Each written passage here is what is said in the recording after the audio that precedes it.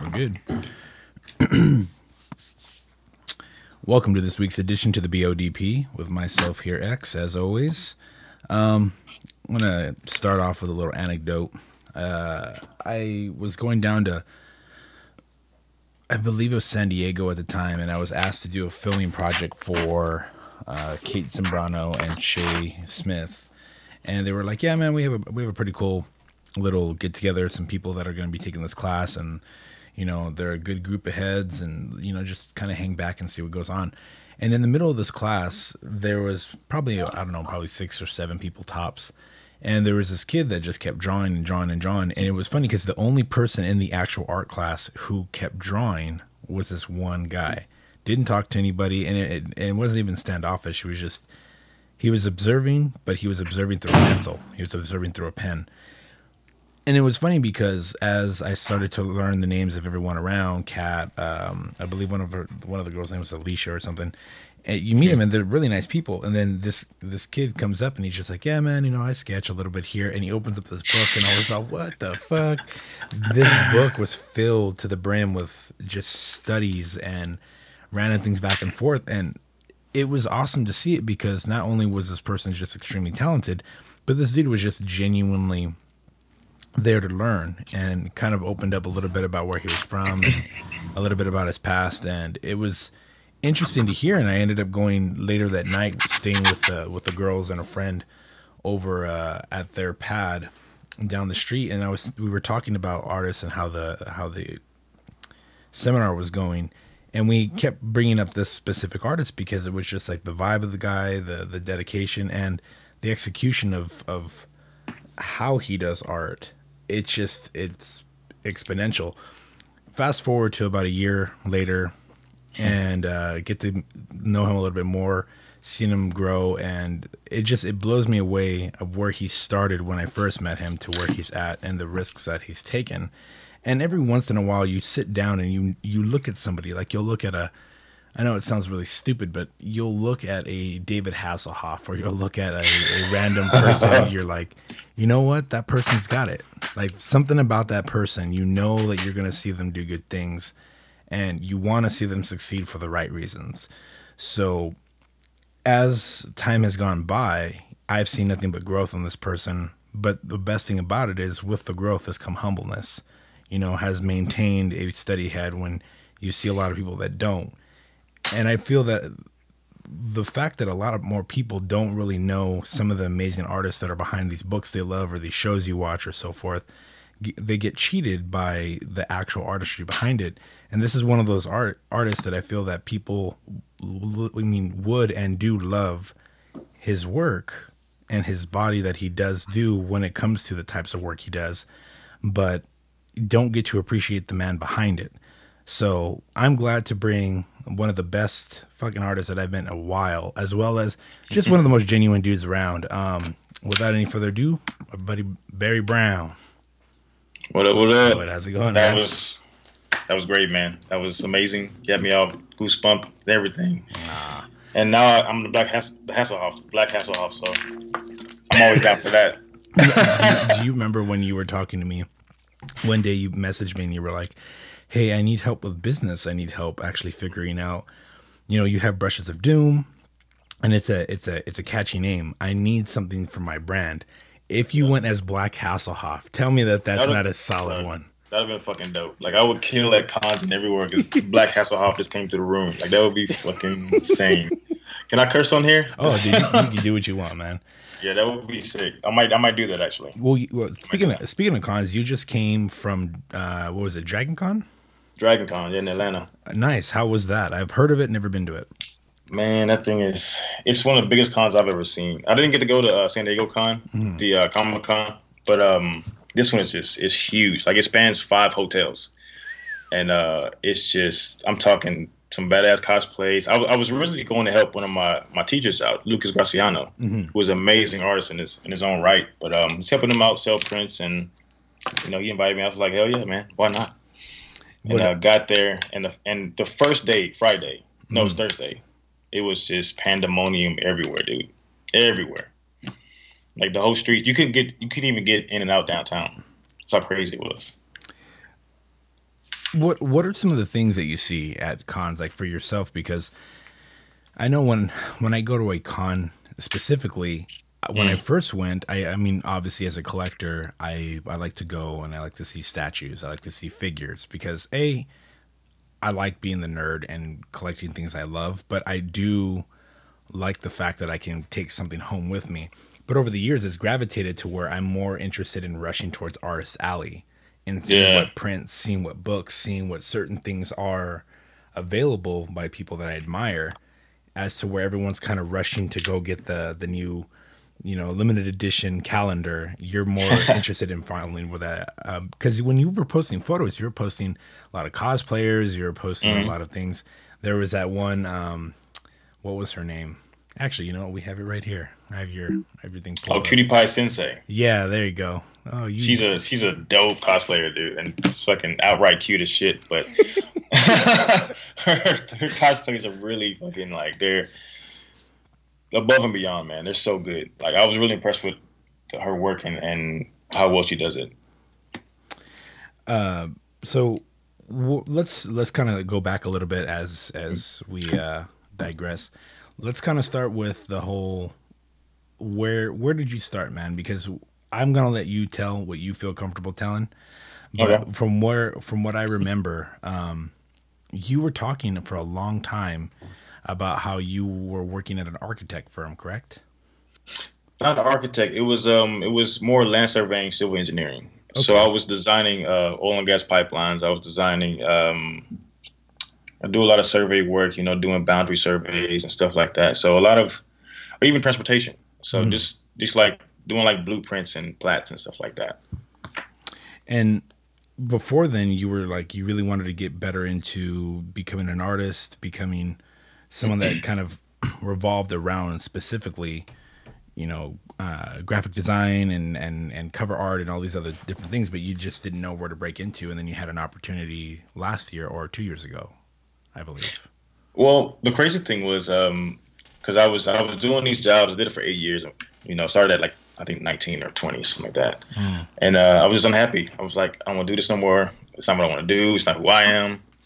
And my mom, she's the one who inspired it. She was like, well, why don't you go back to art? And I'm like, I don't even know what I would. Can you even do that? Can you Mm. do art as a fucking living? But fast forward to me being 23, I started back drawing. Started drawing again. I seen Feng Zhu is why I started drawing again. Feng Mm. Zhu is a great film designer. He's amazing.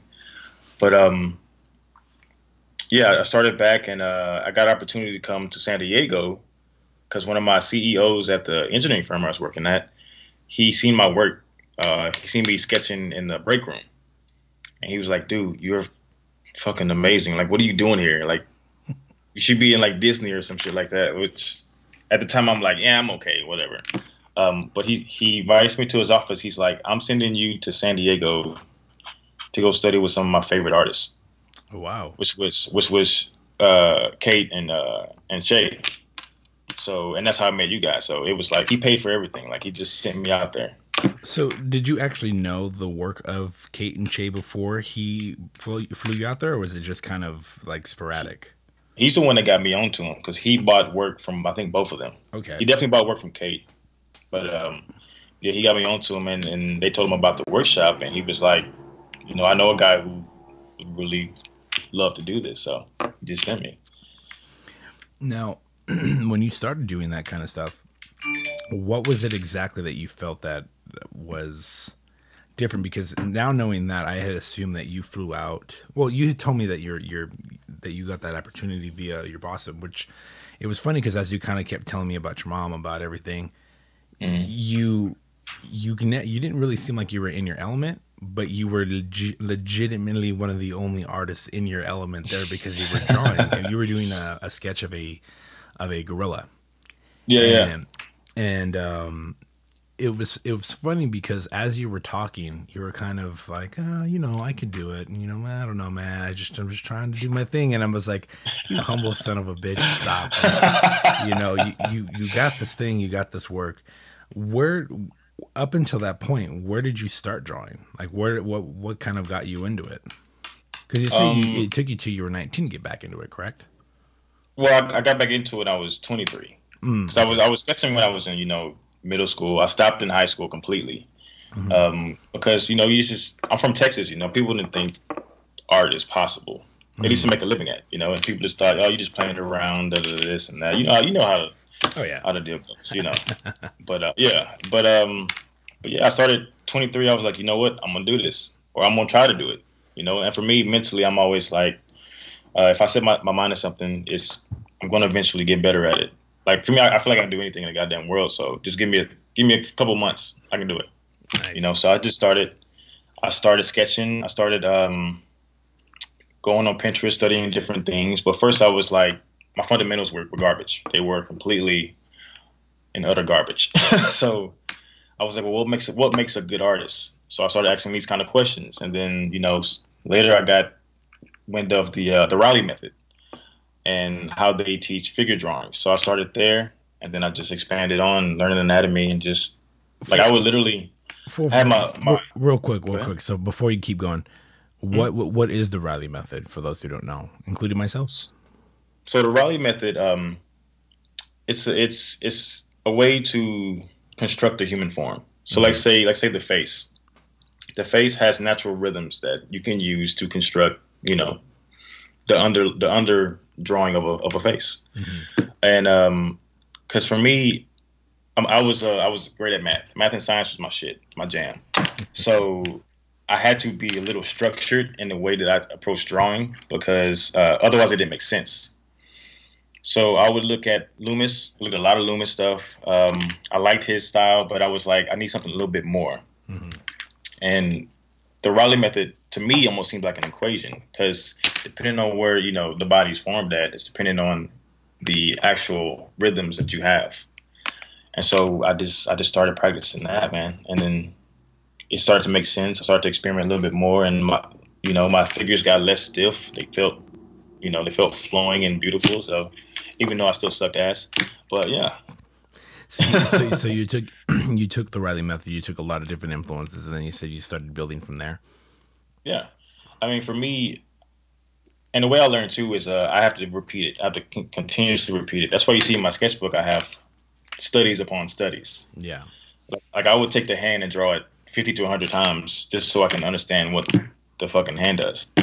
So Now, when you started, like you said, in high school, were mm. you drawing before then and just kind of doodling because like you saw stuff, or was it more of just like an interest because you have this like reborn, almost like rekindled fire that I've seen you like grow in you over exponentially, especially since you've moved. And I think a lot of that has to do with influence. But you say that you had poor form before. Was it that you just genuinely tried to draw things when you wanted to, or was it just that you wanted to draw more, but you didn't know where to start? Because I find, as of late, like I know I can paint for days, color theory, whatever. Mm. I've had you at one of my seminars, and I mean, there's no reason why I should have been having to teach you anything, dude. You could draw me under the table. But, I have this problem where I can look at something and if I'm given instruction, I will execute that instruction no problem. But if Mm. I don't have the idea of where I want to go on my own, then that's where I have an issue. And a lot of artists, I tend to notice that they want to draw, but they have Mm. no idea of, method, or they have no idea of flow or of this or of that. So they end up just doodling and they get frustrated because they have nowhere to go and nothing to do. You know what I mean? Is that kind of where you started off before you started getting back into art, or where was it that you fell off during high school? Honestly, man, it was just it was priorities. Like I kind of pay attention more to sports a little bit more and things like that, and I just stopped drawing. But when I started back in when I was 23, it was still hard because I didn't have direction. I didn't know. I knew how I learned, but I didn't know how to learn art, Mm. and that was one of the hardest things because I'm a visual learner and I'm a kinetic learner. So I see it, I do it, I get it. But in Texas, there's really no one around you who you can kind of do that with. So I went to schoolism. Jason Seiler's course. I took that course, Yep. and it was crazy because I'm seeing what he's doing. I'm like, okay, okay, and then I practiced it. I mean, 50 to 100 damn times until it made sense. So it's just direction is a big thing, because if I didn't have direction, it just made art frustrating. Mm-hmm. I didn't know what to do or what to learn or what resources I need to use, and that's how I think artists start off a little bit. Like I thought at one point using reference was fucking cheating. Mm. No, use reference, please. Use reference. But that's so true, because like you said, Jason Seiler and all the other artists on Schoolism.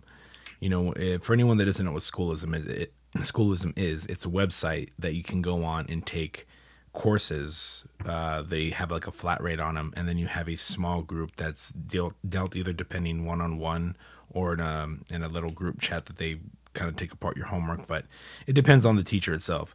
But Jason's course was interesting because I got nothing out of it, and it's not because and it's not because Jason is a bad teacher at all, because he's not, and I've known Jason for going on 3 years, and the dude's just, if he wasn't good, Time Magazine and all these other places wouldn't be calling him back. Yeah. But he did make a good point where he's like, some people are unteachable unless you can physically guide their hand.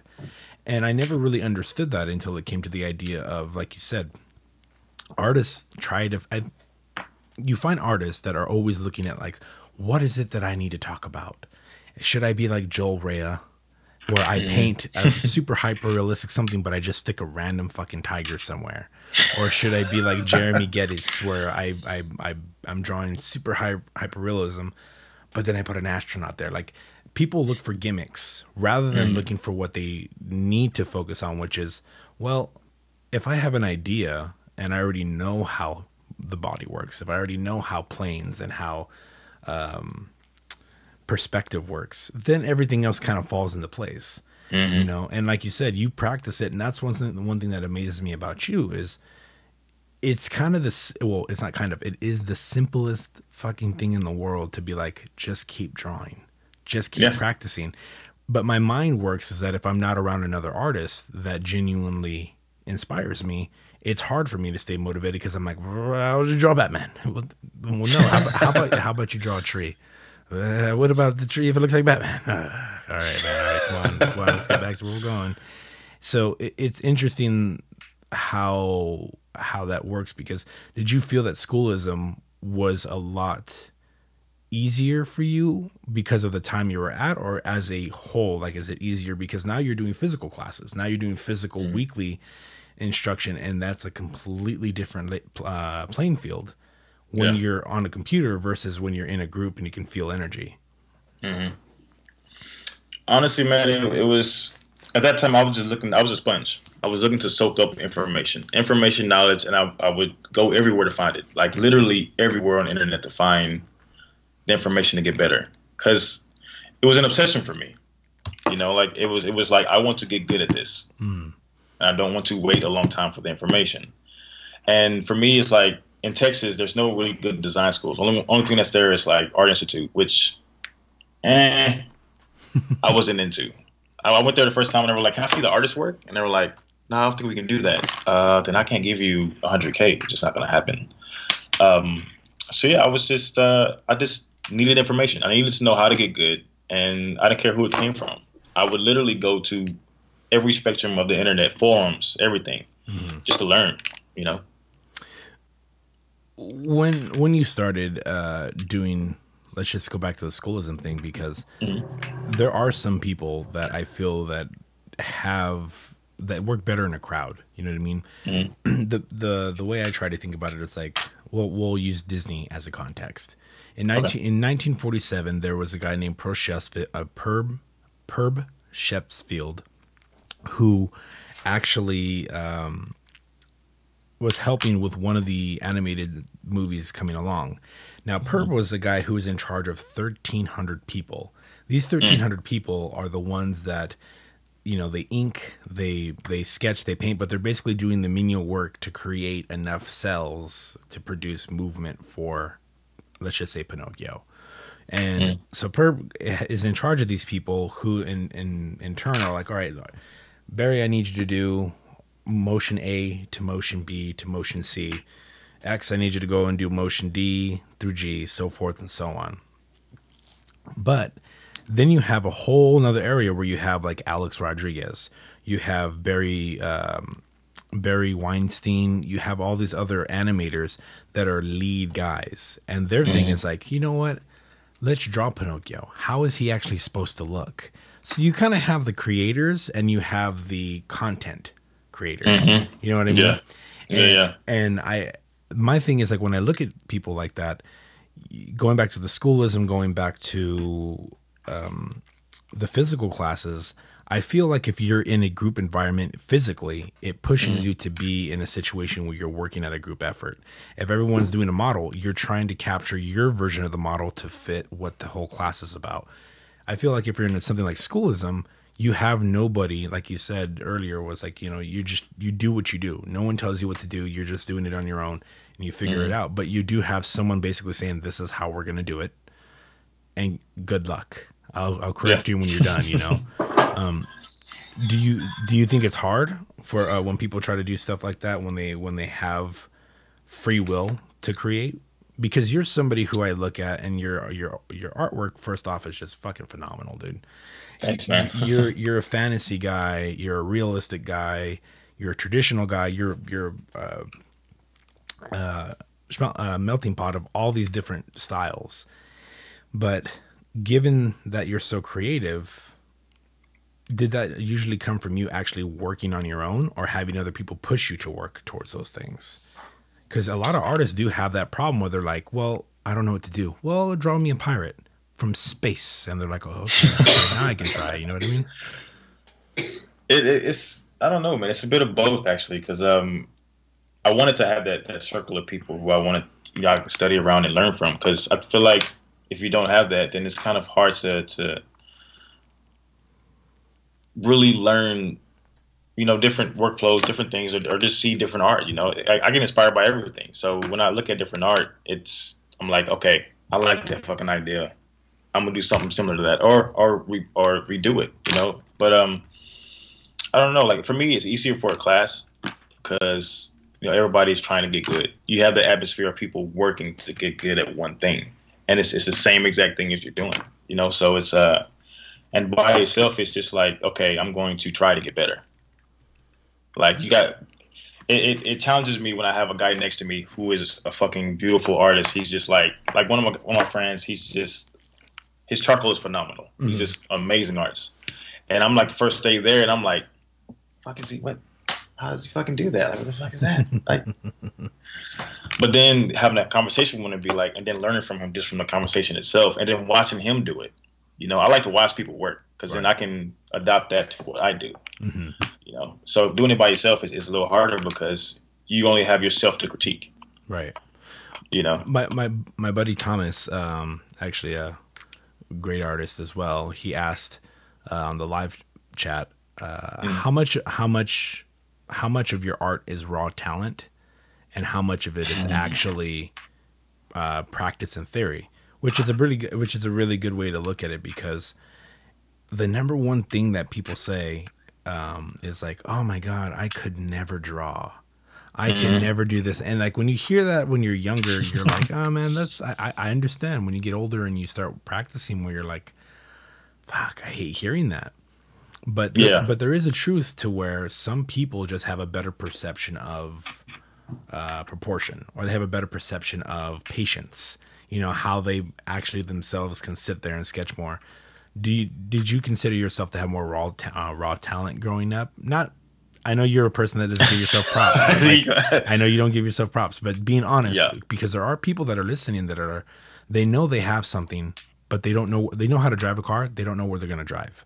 Versus people who genuinely don't know how to start the damn car and need that help to understand that there are some people that, like myself, I can drive a car. I don't know where the fuck I'm going to take it. You know what I mean? What worked for you? You know, I hate talking good about myself. I think I had a little bit of raw talent because it's funny because a lot of the men in my dad's side of the family, they all can draw. They all can Mm-hmm. draw or sculpt or like make different things. So I kind of got that from my father. Mm-hmm. You know, he would always draw something, and he's like a human copier. He would draw it fucking exact. I'm like, how? What the fuck is that? How'd you do that? So then I started grabbing pencils, and I'm just sketching different things, and I was sketching cartoon characters, you know, stuff like that. So I did have some kind of, I guess you can call talent at the time. But for me, it was fun. I'd love to create things, love to make things, and I think that's where it starts. You gotta have a love for it first. You know, I wasn't thinking about being good at that time. I was just thinking about I want to make some cool shit. You know, and that's where it really started. So I don't know if it was raw talent or just just a huge interest in just making things. You know, and just working and trying to get better. Excuse me. Oh, sorry. So when you're working on stuff, what is it now that you feel that you need to work on more as an artist? Because every goal changes. You know, everybody Yeah. fears one of three things. One is drawing, Mhm. two is color, and three is accuracy. You know, Mm. whichever one it is, if not all three at the same time, is always something that's extremely important because you think about it that you can draw things proportionately and better Mm. because you've practiced so much, but then you'll look at color theory and you're like, man, I don't know. Because your problem is not color theory, your problem is physical color theory. Mm. You know, like when you were doing watercolor, you genuinely are good at anything you touch. But the idea of not being on a tablet because you've been so comfortable with the tablet, it's different when you're Mm. like, well, fuck, my brush can't just keep going, you know. But then there's other people who feel comfortable with color, like myself. I feel comfortable with paints, and someone's like, yeah, well, go ahead and just draw that entire background, you know, without any reference, without anything. I'm like, man, what is it that you feel that when you first started was something you focused on more, and then how's that changed as of recent? Um, so when I first started, it was just understanding how to draw. You know, understanding what form is, what value is, what does Hmm. all this mean. You know, and getting familiar with the lingo because lingo is part of the battle. You know, you have to understand what these things are to know how to do them. So it was like I spent a year focusing on value work. Hmm. You know, love values. And then I spent another year focusing on anatomy. So I would ask myself every year, like, what do I need to work on? Hmm. You know, like if my values were strong, but my drawing wasn't, it's going to show. No Right. matter what medium you work in, if your fundamentals aren't straight, you can tell. But so my focus was just fundamental shit. It was just anatomy, value, things of that nature. Hmm. And but now it's funny because I got so much information in the past fucking year, and I've grown so much that it changes often. Right. So now I feel like I'm very accurate. I feel like I can render any fucking thing you put in front of me. Hmm. But now it's design and composition. Hmm. That's where I'm at right now because being able to render shit is cool. It's fun. You know, it's relaxing. Hmm. But if you don't have the idea to captivate somebody, you know, what's the point then? Because my idea of color has changed. Like when I took your color class, Hmm. you put so much information in my fucking head, I didn't know where to start. And then I started to play with it more. And then I got introduced to oils. Hmm. And then I got used to mixing more traditionally every single day. So now color isn't as intimidating to me. It's Right. it's second nature. Now I'm like, what color is that? Now, What's that basic color? now I have to ask two things. One is, I'm going to actually, I have a friend who is, he'll be joining us on the podcast because he's also better at asking questions. Plus, I'm trying to monitor some of the live questions that are being asked to me right now, whether it be I YouTube or other guess. ones. So that's the only reason why I'm stuttering so much this episode. But I let's hold on. Let's get this fat asshole in here. You guys fucking. Let's see. By the way, Yep. how is everybody, your family, so forth in Texas? Uh, it's been tough, man. Hmm. Um, no one could have predicted what that hurricane was going to do. Hmm. You know, it made landfall literally 3 times. and my grandma calls me. She's like, she's in, waist deep water. Don't know what to do because she take care of old people as well, so she can't really move them around or anything. But it was devastating, man. Like I think we lost a lot. I can't tell right now because the water hasn't completely, flowed back. But yeah, we lost a lot. Well, I'm glad that you and at least your family's doing well, man. I know for you, especially that family is really important. But I'm waiting for him. Thomas, I know you can hear me, you asshole. Just pick up the damn phone. He's gonna Skype in with us. But I have to ask you this until we get him here. The whole thing. See, people, when you're actually doing podcasts, just to let anyone know out there, this is what we call dead air. 30 minutes. When you went to the seminar, and I'm not going to name names, but we obviously had guest that talked a little more than everybody. But let's see. Where are you at?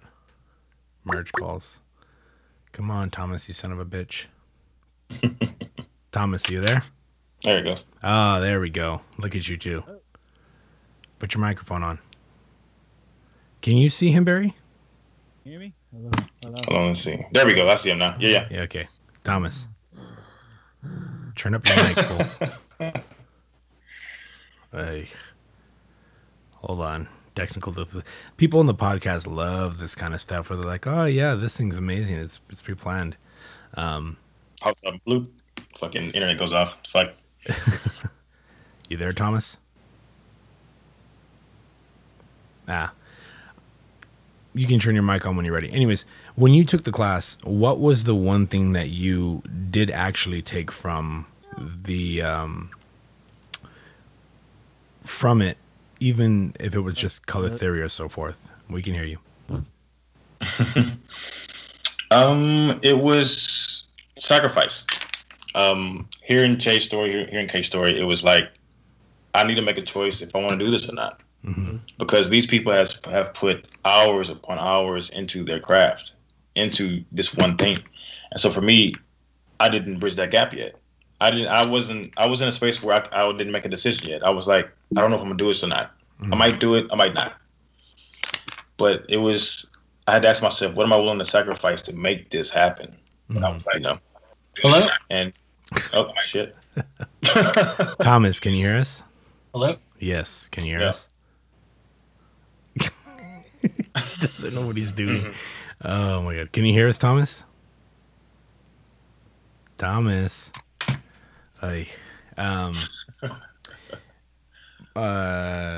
Set your audio to. Hello? You there? Yeah. Hear me? Yes, we can hear you. You can't hear us.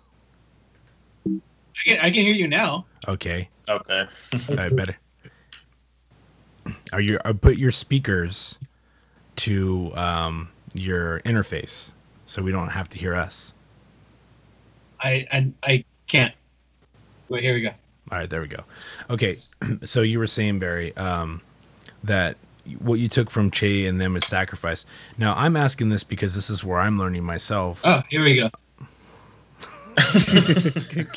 Jackass. I'm figuring it out. For anyone that doesn't know, here to help with the podcast is Thomas Horta.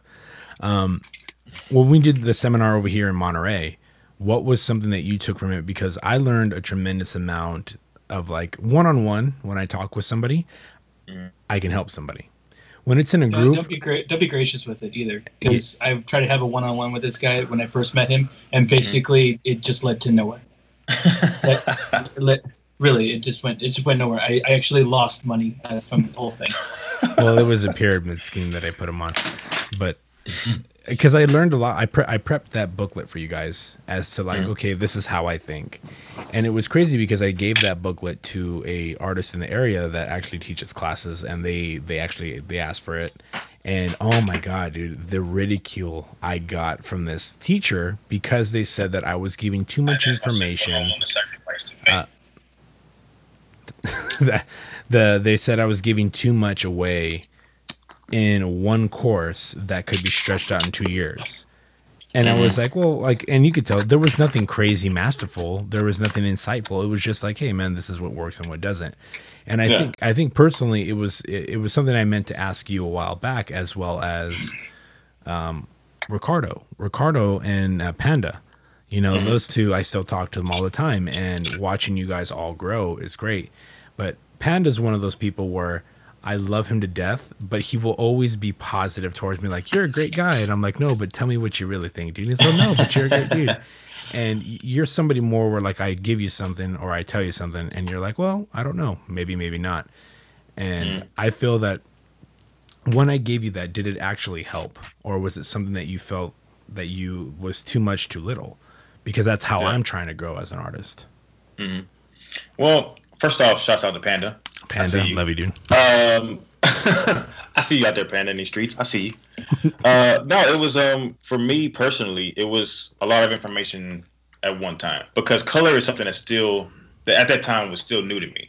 Like, I worked in value. I know values at that time, but color was like, I was trying to look at color in a mathematical equation, which I don't think is how you should really think about color. Right. You know, and then you brought the color wheel into it, and I'm just like, this shit's complicated. Like, I'm thinking there's more rules to color than there actually is. Yeah, and there's not. And, yeah, there's really not, because color is more subjective than anything.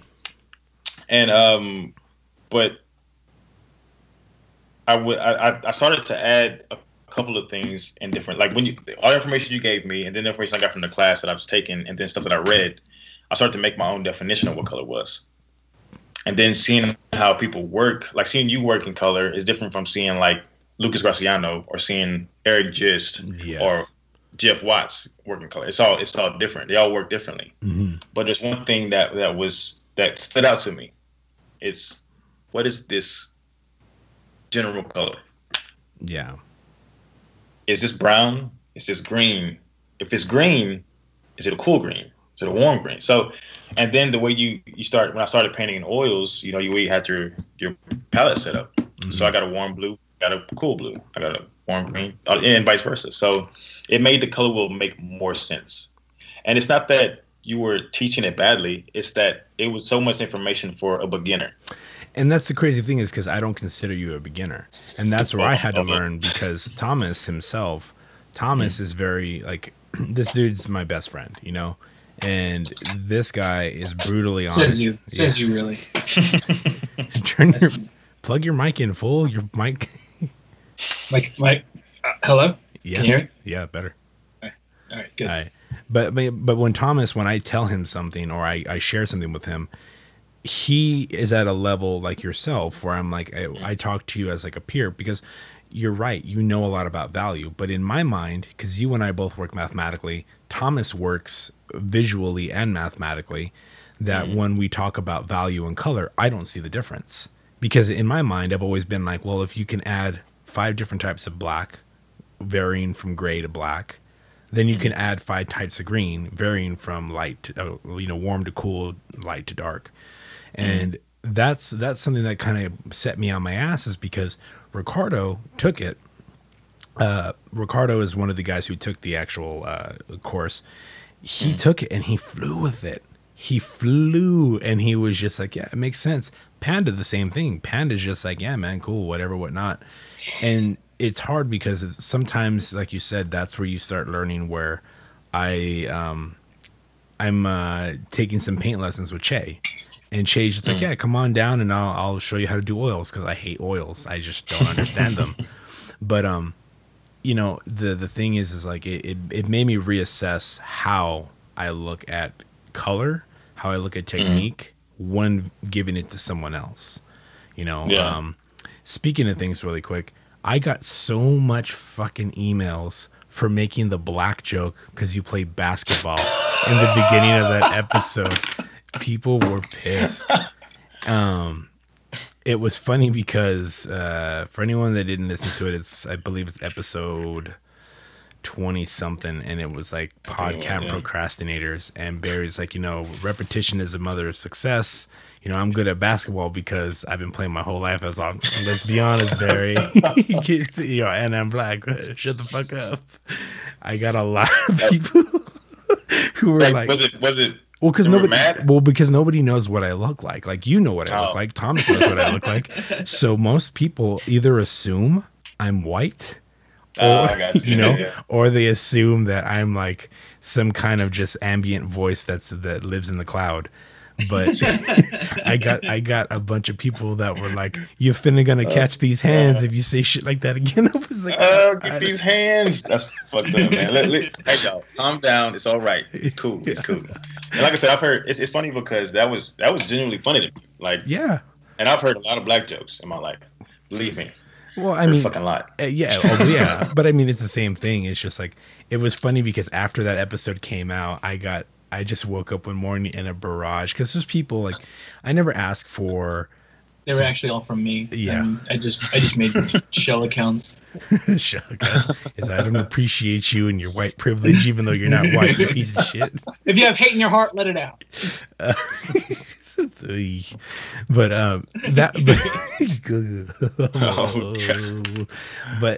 that's the funny thing is that like I woke up that morning and I had a bunch, and like I said, most people don't know what I look like, so they automatically took it as me being snarky. But to me, it doesn't hurt my feelings because A, I know it was in good measure towards you, but B, it's my fucking show.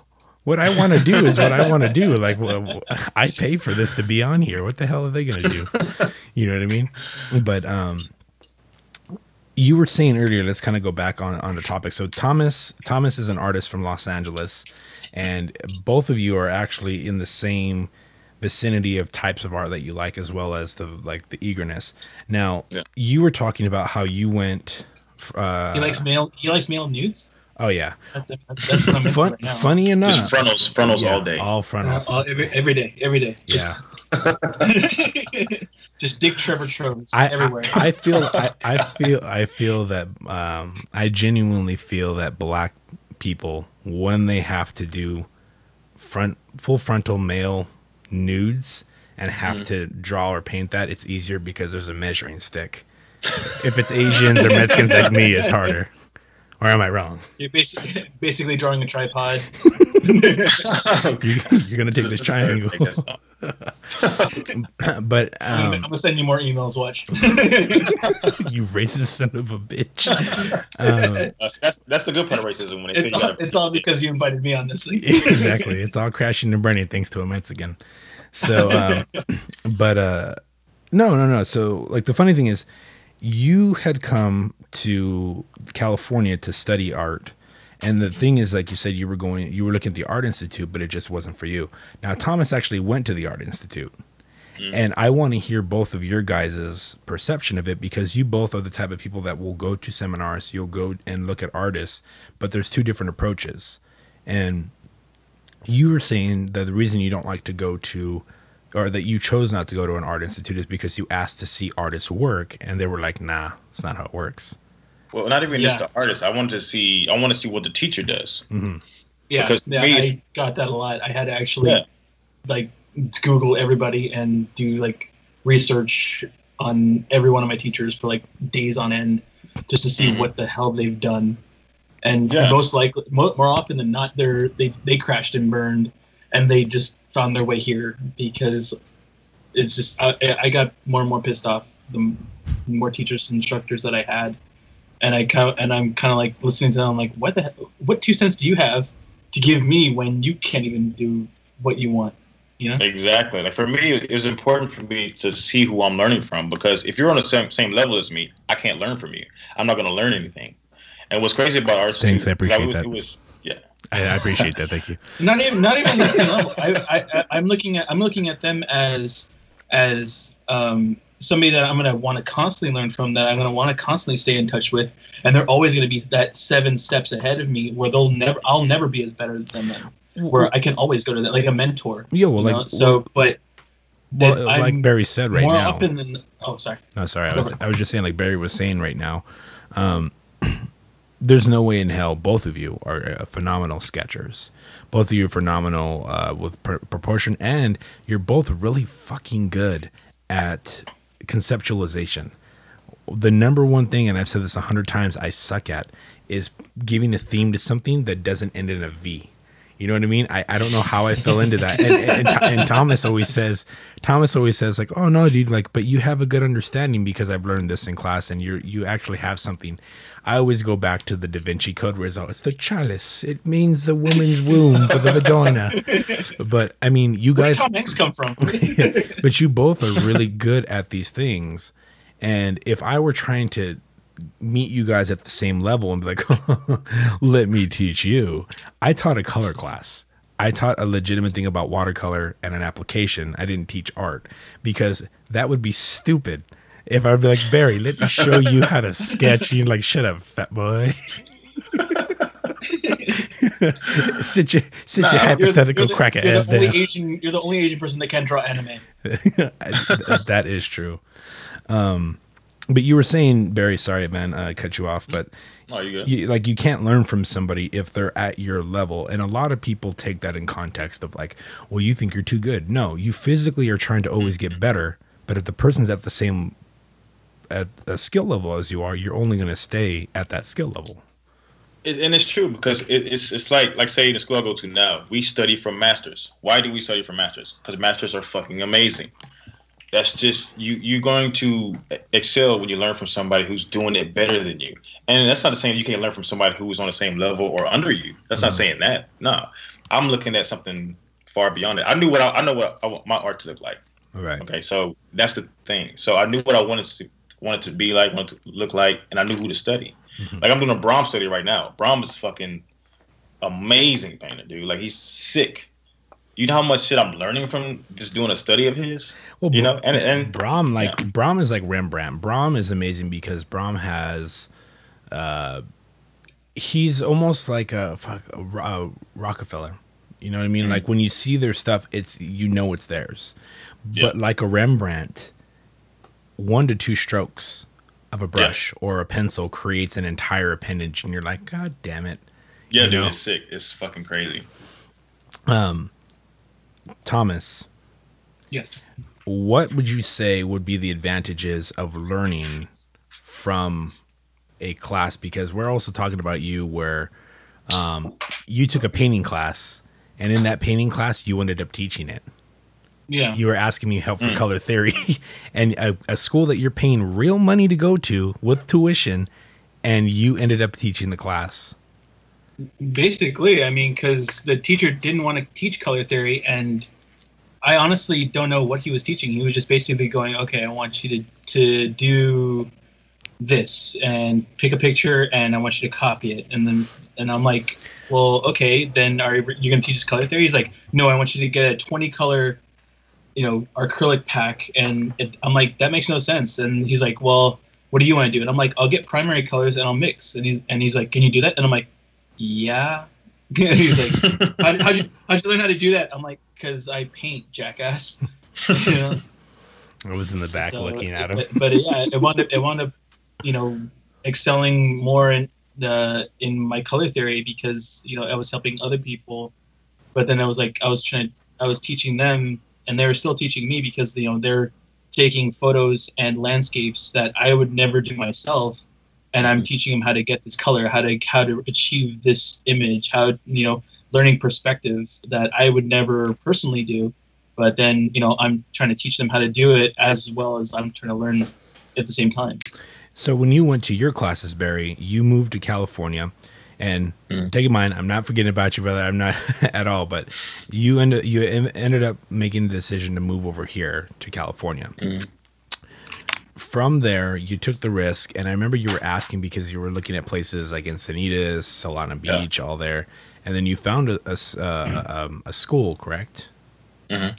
And what made you finally fall onto that school? Because obviously, you had a different opinion about the academic route as far as like a university, and then you fell onto this group where it looks like it's just a giant get together. And is that a little bit more intimidating when you were first going in because you're seeing artists, big air quotes right here, not talking shit on anyone, but you know what I'm talking about, the grandeur of it. What made you go to that place, and was it as nerve-wracking to go into an area that was specifically artists versus something where people are paying to be there, like at school? I should rephrase that. Yeah, it was for me. The reason why I went there is because I seen the art that was there, and I seen the art that came out of it, and it made me excited. Mm-hmm. Like when I look at artwork, I like stuff that gets me like mentally. I mean, or not mentally, physically makes my heart start beating like this. I get excited. I'm like, I want to learn that. I want to do that shit. And yeah, and I seen the school. I went to the website and I was like, that's where I want to learn. Mm-hmm. You know, because it was the caliber of work that I was seeing. It was just phenomenal. So I was like, yeah, why not this one? Right. But see, I'm kind of wondering too. Like, okay, you want to go to a school to learn art, but weren't you kind of like? For me, I didn't go to school for art. I went for web design, mm-hmm. but I took art classes, and so it's like, do you feel that your technique was in a place where you're more comfortable at, as opposed to having someone teach you from ground zero and restructuring your entire technique? Did you actually like want to do that, like start over again like that? Yeah, I did, because the thing is, for me, I look at my work almost like every year or like every couple of months, and I look at it, I'm like, what do I need to work on? And at that moment in time, I was self-taught, so it was like my fundamentals are terrible. I'm completely blunt and honest about my work and how it looks like. And I said, I need to work on this. This needs to be redone completely. And I seen this school, and they work hardcore on fundamentals. It's straight from, a live model. So I was like, okay, I'm going to study here for at least a year on hardcore fundamentals. I need to get better at this. Mm-hmm. It just makes sense to me. And where is the school at? What is the school for anyone wondering? It's called Watts Atelier. It's in the richest, whitest part of California. So you fit right in. Yeah, seriously. But it's a fucking amazing school, man. I mean, all these guys, they're professionals. Lucas Graciano, he works for Magic the Gathering. Fucking phenomenal artist. Eric Gist is a horror artist, but he's worked for Del Toro and all this other stuff. So Meadows fucking amazing. All the artists, they work in their profession, and they're amazing in their own right. So what are the qualifications to go into a school like this? Get your ass in there. Wow. You put it, get to work. That's about it. See, that's what I love about your soul, Barry. You just have an elegant way of saying things. Get your ass in there and work. Like it's not, and that's why I love the school, because I didn't want to go to a school where there was just cool if you send a portfolio and you get into a school like that. That's cool. But this school is all about just hardcore training, getting better as a draftsman, as a painter, and thinking differently. They teach you how to draw like a painter and paint like a sculptor. So it's a whole different mindset for me. Right. And yeah, man, it was just it made sense. Well, I mean, the crazy thing too is, like, you look at the Will Weston studio, or you look at Barkley studio, or even all the way down to the 51st Collective, which is in New York. You cannot get in these places. You can have the money, but you cannot get into any of their art classes unless you can paint a Monet or a Rembrandt on the spot.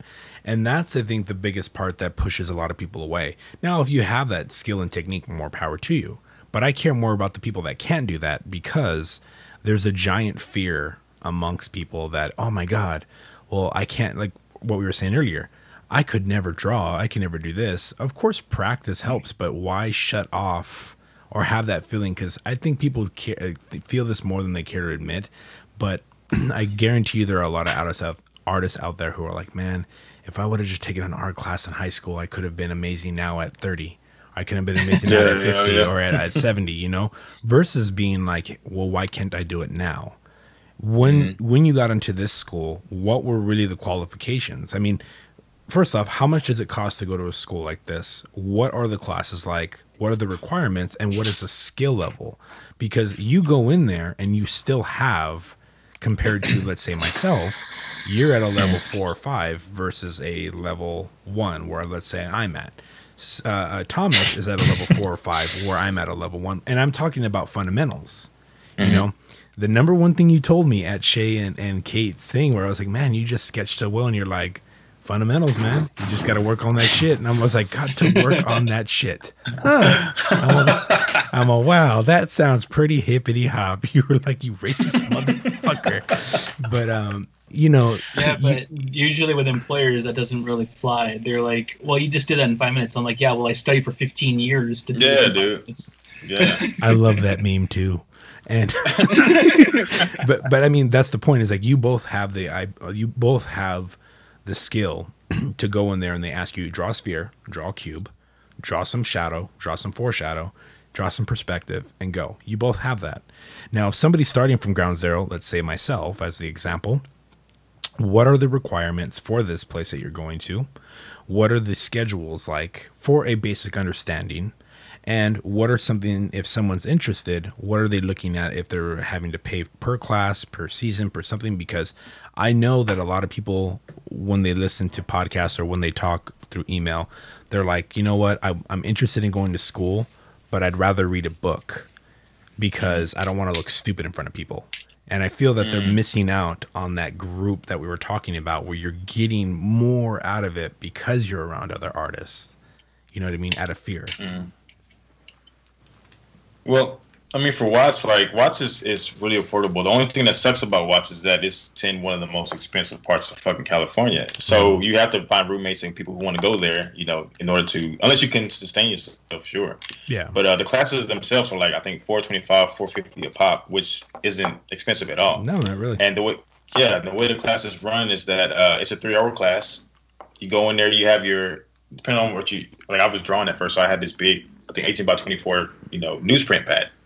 So you do newsprint and charcoal, and we do everything from live models. And what's great about this type of class is that you do your sketch, you do your drawing, and then the teacher comes over, gets tracing paper, and kind of corrects or steers you in the right direction of design. You know, and how to look at this form, how to do this form, or they'll come and explain different things on your own pad, so you have that physical thing with you. You can flip through it and you can study it. You know, so that's a great thing. That's what I liked about it. But so it's all studying from live models, which is great because observation is key. Right? So is it like schoolism, where Jason will give you a class and you guys meet once every 2 weeks? You know, like, he'll do a webinar for 2 to 4 hours every other Tuesday, and then you do that for like 2 months. You know what I mean?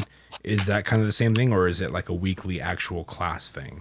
It's a weekly class. And Nice. then, like, for me, I did the weekly classes. I took 7 classes starting out. So I did the weekly classes. And then on Friday and Sunday, it's a live model, you know, session where you can just go in and you can paint or draw whatever you want. You know, whether you want to do a face or you want to study the anatomy. So it was a time for me to capitalize on what I learned that week and make sense of it right then and there. Right.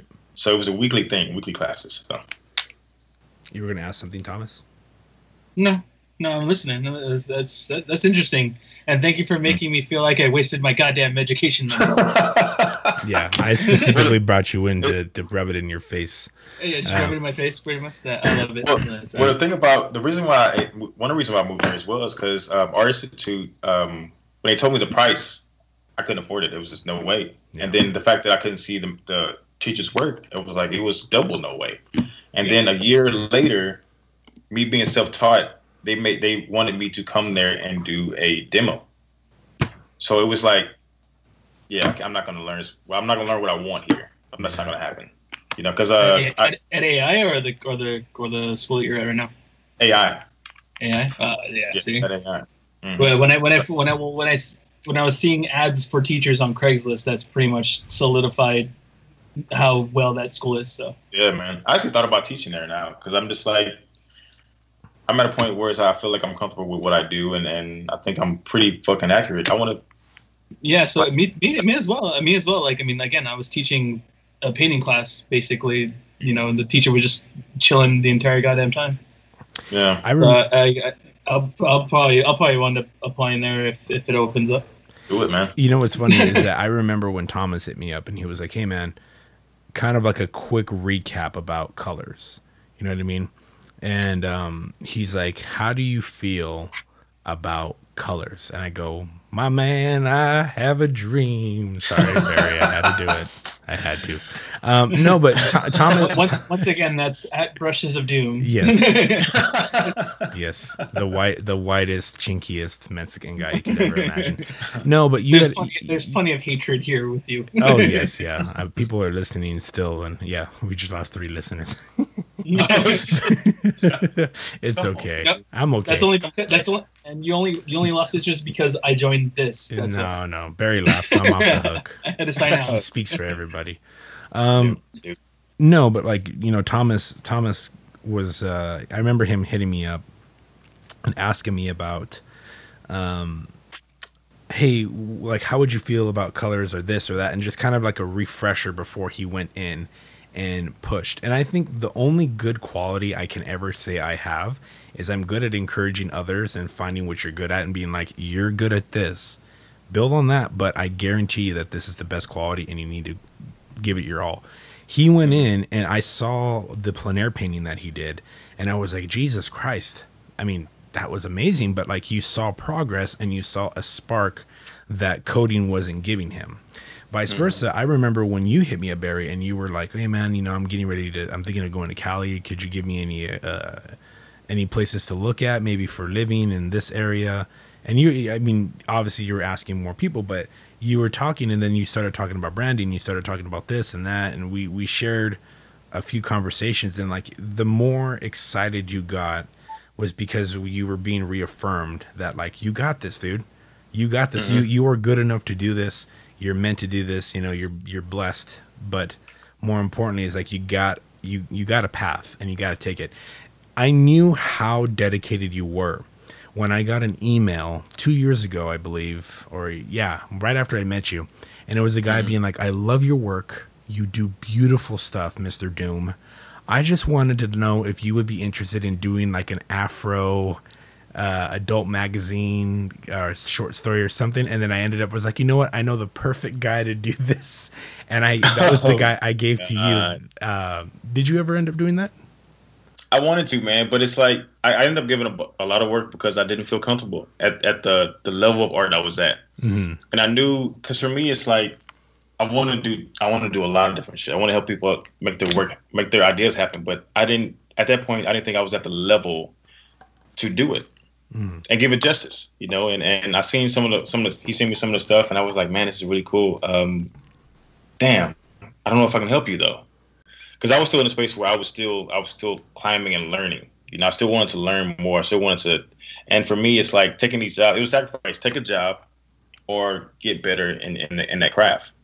And you can probably do both, sure, but I want to concentrate on just getting better. And it was a hard decision, but I was like, I had to give up a lot of things. Like I did some publishing things and I gave that up too, because I wanted to concentrate. I wanted to get better. I wanted to really excel at what I was doing. You know, so. And it's crazy because I've seen you both take on challenges over time. And it's funny because you guys have this natural ability to do things.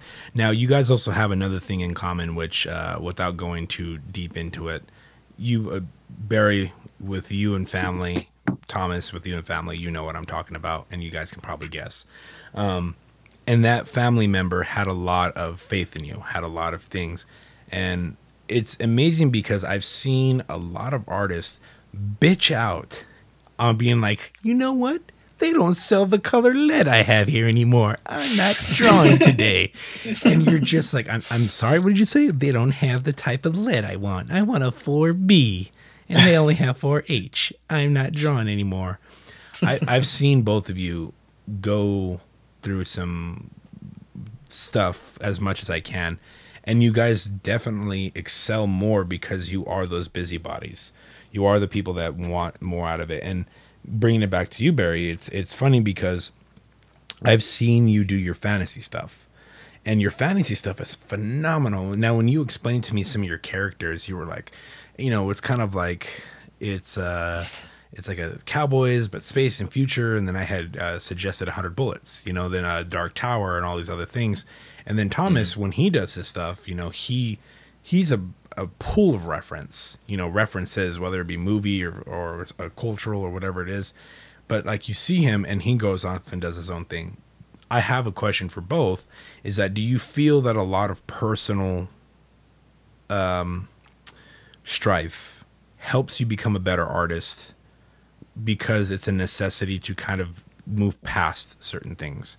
Because going into what we were talking about earlier is that some artists don't have direction. And there's a lot of people in life right now that have everything going for them. Like, I have nothing to complain about in my life besides my man tits. And even and to be honest, besides that, I don't really have much wrong. But because I don't have strife, and Thomas would know because he's seen me when I had nothing. When I had nothing, I tried harder. You know, I had something to prove. And now that I've gotten to a position where I am more comfortable, I don't try as hard. And that's where that's my personal battle. But I've seen you guys go through stuff from when I met you, Barry, and as long as I've known Thomas. And it's like whatever that trial may be, you guys excel more and more and more. Your characters, Barry, gets this vibrant, and you have these cowboys with bending and shooting up, and you know, you're asking me, you know value, you know articulation, you know all this shit, you know set design, and the first thing you do is like, do you think the color's off on this? I'm like, oh, you got a little thing right there. Thomas does these compositions, and he's like, it's a beautiful piece. He finds a way to take two characters, and meld the entire movie into one perfect poster that not an intern from fucking Fox Theaters or Paramount can do.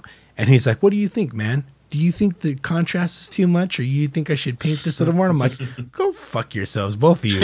Both of you. That's like telling me, you're like, oh, hello, little ping pong. You want to go ahead and swing dick with 2 inches? I'm all, oh, thanks. Yeah, and the first time I fucking had a color theory conversation with you, I was just kind of like, oh, what? Yeah. Well, same thing with Barry and I, when we had a color conversation. I didn't mean it that way. Of course you did, you motherfucker. Yeah, exactly. But our conversation was actually that. Yeah. Thomas had a reaction to that. Yeah, it's okay. Both of us together almost match your skin tone. But no, the first time that you and I had a color conversation was like, you were looking at color as this massive wheel, you know? And I was like, dude, you have value down. It's simple. If you know how to add those rocks in the background with bokeh and make it a foreground background, I go, just add brown over it. You've already got the value. No, but what if I want this brown? What if I want that brown? I'm like, Barry Brown, you're going to do fine with brown alone if you leave brown alone, bro. But do you feel that a lot of where you guys have, excelled tremendously in the past few years have come because you have a lot to prove to yourselves, I should say? Not anyone, but in the case like you have stuff you're going through, so it makes you a stronger artist. Do you feel that that's something that's factored into it? You want to go first? You go. Yeah, this is about you, Barry. Sorry. Oh, well, shit. Well, this is your podcast, Barry. Oh, okay. Okay. Yeah, it was definitely something that that helped me along the way extremely. Like it was kind of, it wasn't what my art journey was based on, but it was kind of based around it because, you know, my mom was the biggest influence in my life, you know, and she inspired me to do creative things, you know, to play an instrument, play piano, you know, draw, do art, do things like that. And she was the one person that always told me, you can do anything you put your goddamn mind to, anything. And I believed it. And it was at a point in my life, and she was the one that inspired me to get back into art. So when I see my mom go through terminal cancer, it was rough. It was the roughest thing I've ever had to deal with. You know, a woman who has taken care of people her whole life as an RN nurse for cancer centers, and then seeing her, you know, go to a coma and all these other things. It was the roughest thing I've ever had to deal with. But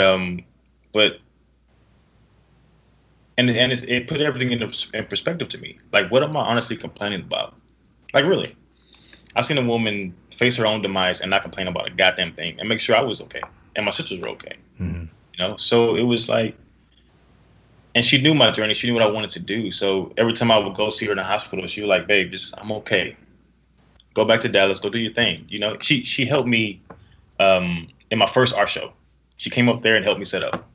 You know, and she looked at me on the stage. I was explaining what I do, and she was like, "Look at my stars shine," you know. And And that is some of the things I always carry with me when I do art. You know, it's an emotional thing for me sometimes, because I wouldn't be where I am right now doing art or this far into art if it wasn't for her. Mm-hmm. So it's something that I hold on to, and something that it can be a little crazy as well, because it's like I obsess over getting better. I obsess over making this happen. Right. Because I told her I was. I told her I was going to get everything. I told her, you know, I'm going to have an art show. I'm going to do this. I'm going to work for this studio. Maybe one day I'm going to do whatever I want, you know. And she believed every single bit of it. So it was just, I mean, art was the way for me to kind of escape depression. Right. I was trying to fight just to avoid it. So I would keep my head down and just, you know, when you see me at the seminar, you see me with my head down, I'm just drawing, I'm sketching, because I'm literally at that point in time was trying to escape it. Mm-hmm. You know, escape the depression, escape, you know, thinking about it often, because I was. Well, because when I met you, you were sitting there, and we had not talked longer than 10 minutes. I was just running around with cameras and so forth. And you do this thing, because you and Thomas both have the, like, I call it the artist eye. You both do this when you guys are looking at artists. And for anyone that's wondering, I want you to lean, like anyone at home, I want you, if you're listening, to lean forward, put both of your hands on your knees, lift up your left or right hand, and just put it at your like your lips, like you're almost smoking a cigarette. And you both do this when you're watching people. You do this. You go. Yeah, exactly. You both do that, and it's like I only see serious artists do that. Yeah, you both literally do that, and you both see that, and it's always like, oh, only serious artists do. Then I look at me, what I do, and I sit like this. I'm all, why is he breathing so hard? Is that the model? And if I was Italian, I'd be like, this will. Yeah, but you had opened up to me like in 10 minutes. You're like, yeah, you know, mom, man, my mom, she passed, and you know, she wanted me to do this, and this is where I'm at, and my boss helped me come forward. And you just opened up clearly to me, and I'm a person of faith, you know, I'll proudly say it, but I mean, it's the whole thing of like something spoke to me in that moment where it's like, this is a good person, you know, this is somebody that you have to encourage. Which ironically enough, the last person I met like that wasn't just being courteous was Thomas, because Thomas took a chance with me when I was living in Los Angeles. And I had nobody. Like, I was living in the back of a tattoo shop trying to just, like, read every little thing I could and being like, just one day I'll be able to learn how to make the color blue. It's like, you don't make blue, stupid. You pour it out of a tube. I'm all, that's not how you said them. But you know, one day I'll work with your Nico Hurtado. You just see. Yeah, I'm gonna get just as fat, and you'll all love me and respect me. But you know, and Nico owns the shop now, and it looks fucking amazing. It does. It looks a lot better than. Yeah, I'm gonna get that. But anyways, but the point. I'm treasuring up his old demons. But the thing is like, you know, you opened up and you were sincere.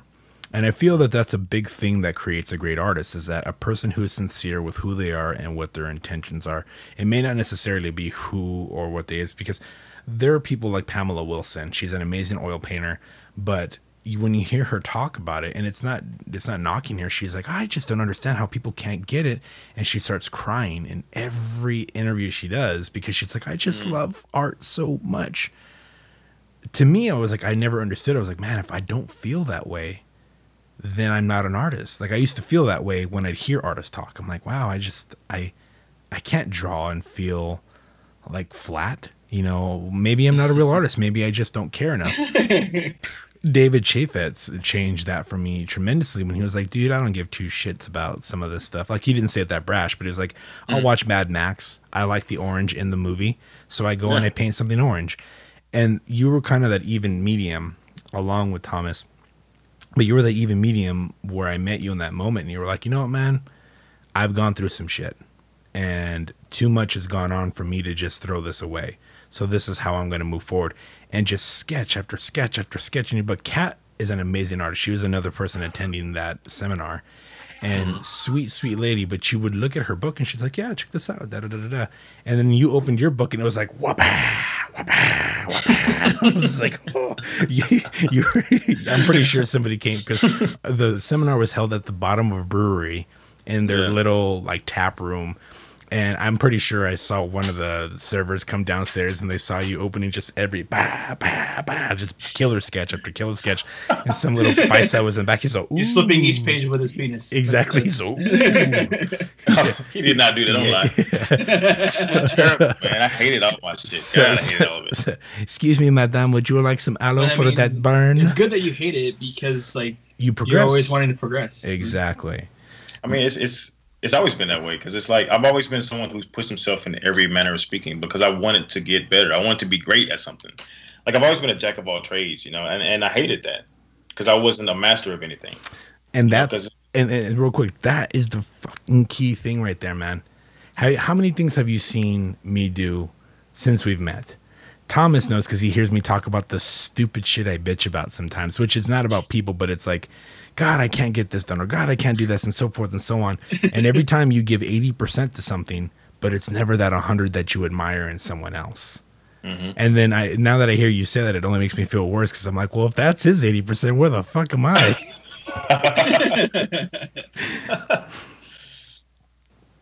Shit, yeah, man. It's just, you know, it all depends on what you want in life and what you want out of art. You know, this is what I want to do for the rest of my life. So why wouldn't I give 100% in it? Mm-hmm. You know, why wouldn't I put everything I have into it? You know, I mean, as someone who's lost a lot, you know, art was always something that brought positivity and just made my life better in every aspect. So it was kind of like, you know, I could go and I can do the engineering thing, fine, sure. But would I be happy? Would my life be fulfilled? Would I feel like waking up every day? Yeah. You know? Well, I mean, it's true, too, because, like, there are people that are in jobs right now that they genuinely don't love or they don't care about. And they have... I resemble that remark. Yes, you do. but I mean, Thomas and I have talked about this because Thomas is in a job he does not care about without spilling too much about what he does in case hordes of women want to flock him and stalk him. But it's all right. I mean, no one at my job knows how to download anything. But the point being is, like, you know, you're in this position, and I seen you where you were traveling all the time, and I was like, Barry has to be really rich, or he's just got to be really fucking smart. Because you're asking me about business, but you're like, I'm going to Cape Cod, I'm going to Vegas, I'm going, like, you're traveling. but you were using the best of your time and what you didn't have holding you back to move forward and experience things. And you kind of got, like, you inspired me when it came to understanding where my future may be in the next 10, 15 years. Because it came down to you were kind of just scaping the land, you know, because when you're in that position of trying to find where you're at, where artistically or mentally or wherever, and you're not happy with where you're at, you start traveling and you're like, how would I be if I were here? How could I imagine being here every day? You're the guy that literally goes and I saw you during the seminar. You go and you have your breakfast and you eat. I mean, because you work out like crazy, and you go and you eat this big ass plate of food. And then I know, because I'm looking at all this stuff. I mean, 90%. You're like your own model, pretty much, right? Oh yeah, I'm my own reference. It's true. I'm my own reference. You're like Frank Frazetta. That's what I feel like. That's what I was going for. How do you draw these beautiful women? He's like, put the tank top on. Oh, that's interesting. But you would travel, and then, or I'm sorry, you would be like having breakfast, and you have this big old plate of food, and I'm like, Jesus, dude, my fat ass can't even eat that. And as you're eating, you're looking around, and you keep doing this. You were always rolling your head, and then you'd like lock on like a goddamn Terminator. And then you have your sketchbook. I'm like, this fool can't be sketching right now. It's like 6 a.m. and you're all bzz, bzz, bzz, bzz, bzz, like an S-Bahn printer. And you would just sketch where you're at. Because, like you said, you're trying to improve. You're trying to get better. And you're in a situation where you're like, you know what? Every day I'm wishing that I could be doing better. I can be doing better. You know? For you, Thomas, do you feel that a lot of personal stuff with you has helped you move forward? Because you were somebody that when I first met you, you were stuck on like pencil and pen sketches, And now you've moved tremendously. You moved me out of that. Yeah. But I mean, right now, my personal, I mean, it's still so. It's only a year out, and again, my mom is his story basically was the same spark as me. It's like my mom was my biggest support. Like, she's one of the reasons why I went back to school and why I did what I did. I mean, my main thing was, my college diploma was the greatest gift I could ever give my mom. And, like now it's, I mean, you saw me, I sketched every goddamn day, but it's like, now it's like sketch probably every week. So, I mean, I'm slowly getting back into it about sketching every day, but it's like, yeah, the pain's still there. And, it's also a lot of things that I do are inspired by that pain a lot more. So, and, yeah. And I think it's important for a lot of people out there that are going through it, because I totally didn't think about it until it kind of came up. But yes, both of you have lost your mothers with respect in the past 3 years together. Mm-hmm. And it's just like, I didn't know your mom, Barry, obviously, but from the way you describe her, she sounded like an amazing woman, and showing the son she raised proven so. I knew Thomas's mother, and she was an amazing woman. She was tiny as shit, but tough as nails, as they usually are with us boys. But that is, I think, where I see a lot of people falter from the word I hate to use, but it's something that I've learned is called the God spot. And the God spot is necessarily like I see and I get to meet all these awesome artists, whether it's friends, whether it's podcasts, whether it's, traveling. And everybody, for some reason, loves to confide in me what it is that's going on in their life. And it's interesting because 90% of the people who have made it, who are doing it, have the same demons that the people that are wishing they had it, Mm-hmm. But the problem is that they let their demons weigh a little heavier on them. And I think it's a beautiful thing that you guys are sharing a bit about it, because you both are phenomenal fucking artists. You guys are nowhere near your prime, but you're nowhere near the bottom. Like, you guys are way above where, most people could ever hope to be. But the thing is that you've come across something that normally would cripple a lot of people and their inspiration. But you've pushed it forward. You moved half a continent away from your family just to go ahead and do art. Thomas himself, he's literally done everything he possibly can to make sure that his home life and his personal stuff stays as important to him and where he needs to be, but he's never given up art in between it. This is a guy who did school, and I remember because I lived with him on my off days from the tattoo shop, that would work at his job, leave at like 4 o'clock in the morning, come back by 12, and then go to school all the way till 9 or 10, do his homework, and then still paint and sketch for 2 hours, and then wake up back ready to go to work by 4 a.m. And I see you when you have even your job or even with work and all these other things, you've had to recently get a job, Barry, and support yourself, because it's the thing of like, sometimes things don't always go perfectly as we see them, but when you have those things, you come home at the end of the day and you're like, you know what? I can just put my headphones on, or I can just sketch, and I'm just fucking lost.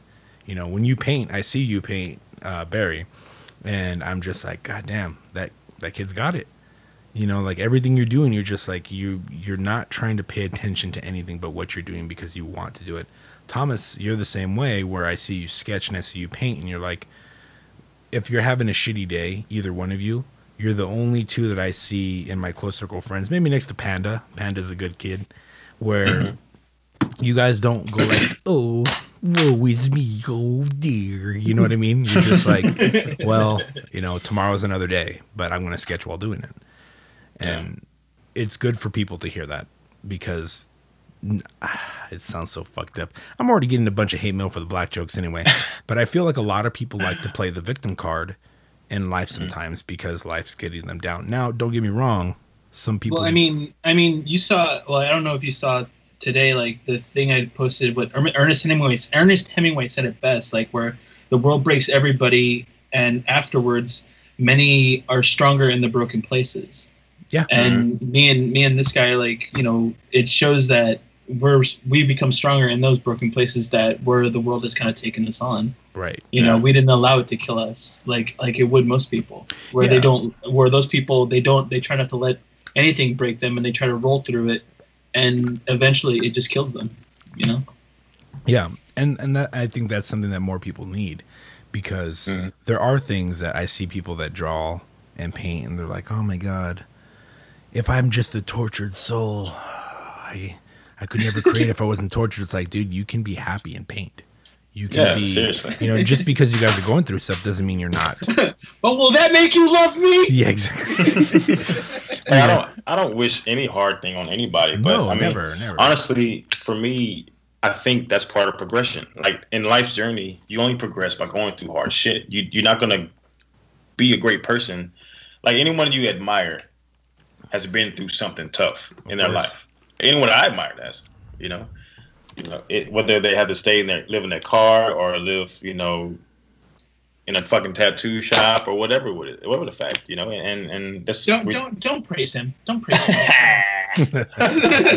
But that's one of the reasons why I gravitated him so much, because he was sacrificing to become something better, and everyone that it don't matter what person that I gravitate to, it's the same thing. They sacrifice something in their life to make this happen. Yeah. And it's the reason why I moved to California. It's the reason why I sold everything and packed 2 bags and just said, fuck it. I'm gonna make this shit happen. Because if I don't sacrifice now, if I don't sacrifice 3 years of my time to do this, then it's not gonna happen. You know, sacrifice 3 years of your life to live like people want, so in the future you can live like people can't. That's how I see it. And that's definitely true. Where do you see yourself wanting to be, though, with this sacrifice? Because there are people, let's use all 3 of us as an example. You yourself probably want to go into the field of, you would love to do art for a living, but you are very good at character design. You would be like a Ryan Medering. For anyone who doesn't know who that is, he is the concept artist, the lead art director for Marvel at Disney Studios. Basically, any art books that you see for the movie making of Ant-Man or Civil War, he's one of the main guys in the books, if not the main one that you go from there. Because you are very much a visual storyteller. I could also see you as a graphic novel kind of guy. Thomas, I see him as someone being that can do anything from animation all the way down to cells, all the way down to just anything with Disney, because he's a big fan of animation, but he's also has the intent for design. You know, you see a lot of people who do poster art and cover art and can help bring stuff visually. We're talking about a guy, Thomas, that goes to California Adventure, is it still? And they have the live drawing classes where an animator goes and teaches kids. And this asshole is 30 years old and still tries to draw better than the guy. And he goes, am I doing it right? Fucking break. So if anyone sees him there, that's who it is. And then you have someone like myself, where I don't ever intend to work for anybody. I love Gallery 1988 has become my new favorite thing in the past probably 2 years, where Thomas, you were just there. And I admire artists that just do stuff for fun.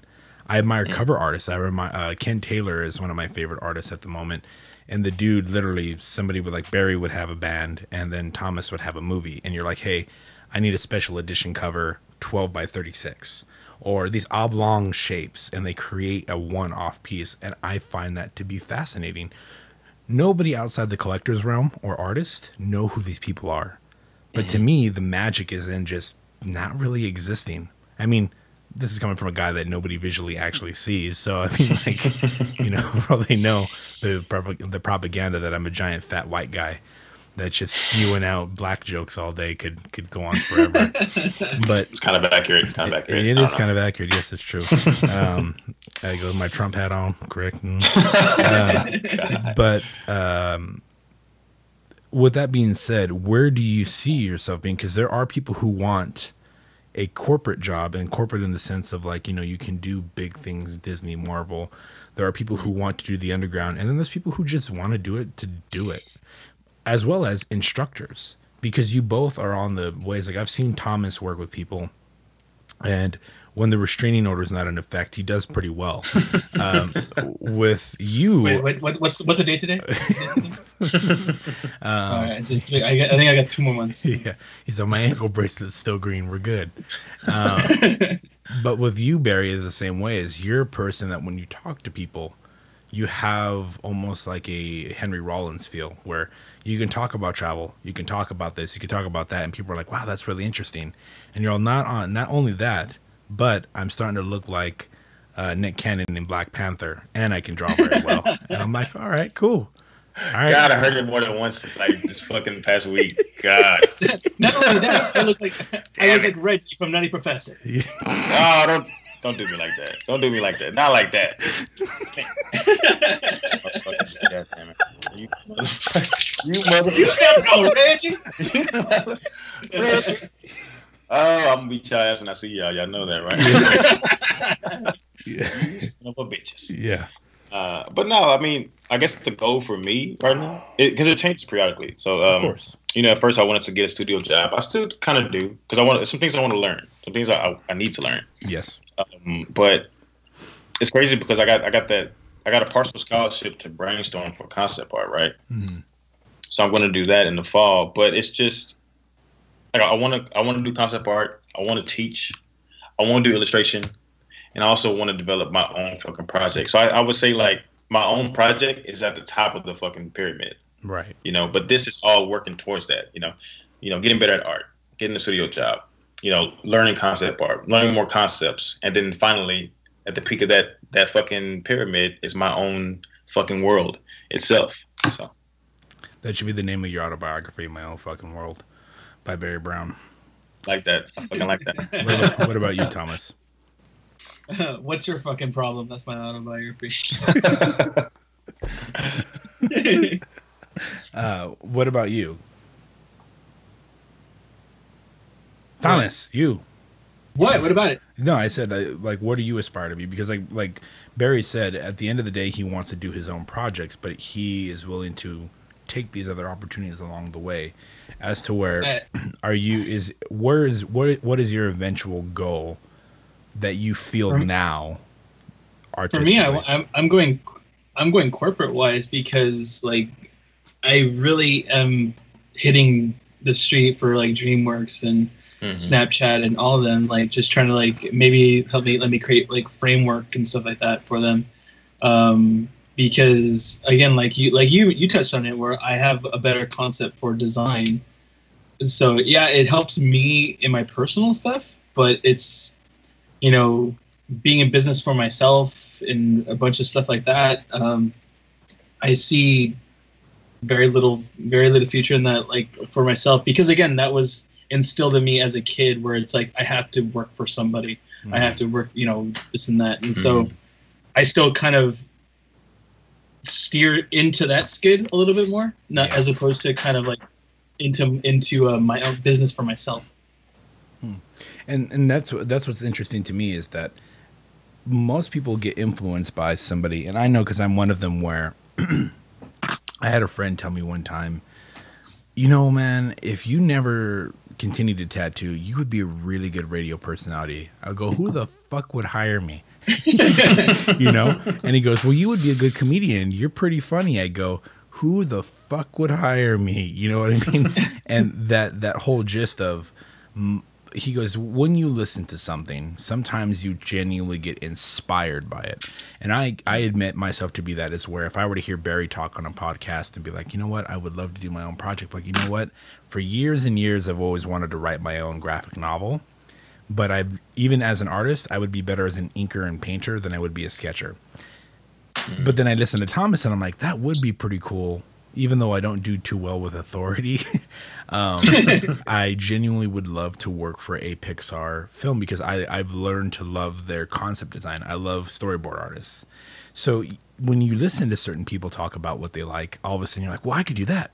Or what if I did that? Or what if I did that? And the possibility is that sometimes if we all went to a con, let's say we went to Dragon Con, which you just recently came back from, Barry, and we went to Artist Alley, and we were all in one shared booth, you have 3 different artists, 3 different outcomes, 3 different styles, 3 different approaches that never ever will genuinely cross paths outside of the interest of being artists and friends. And I think people tend to forget that you can be an artist without having to even go anywhere near someone else's career or anyone else's insight. Like Barry and I will never ever genuinely cross paths artistically unless we both look at the graphic novel game or concept art. Thomas and I will never do it unless I actually have him and physically pay the tab that I owe him for my website. But I mean, like on the graphic design scale, or when it comes to a painting, when we're talking about composition. And I think too many people get confused of like, well, if I'm not doing what Barry's doing, then I'm probably not a good artist. I'm not drawing 5,200 hands a day.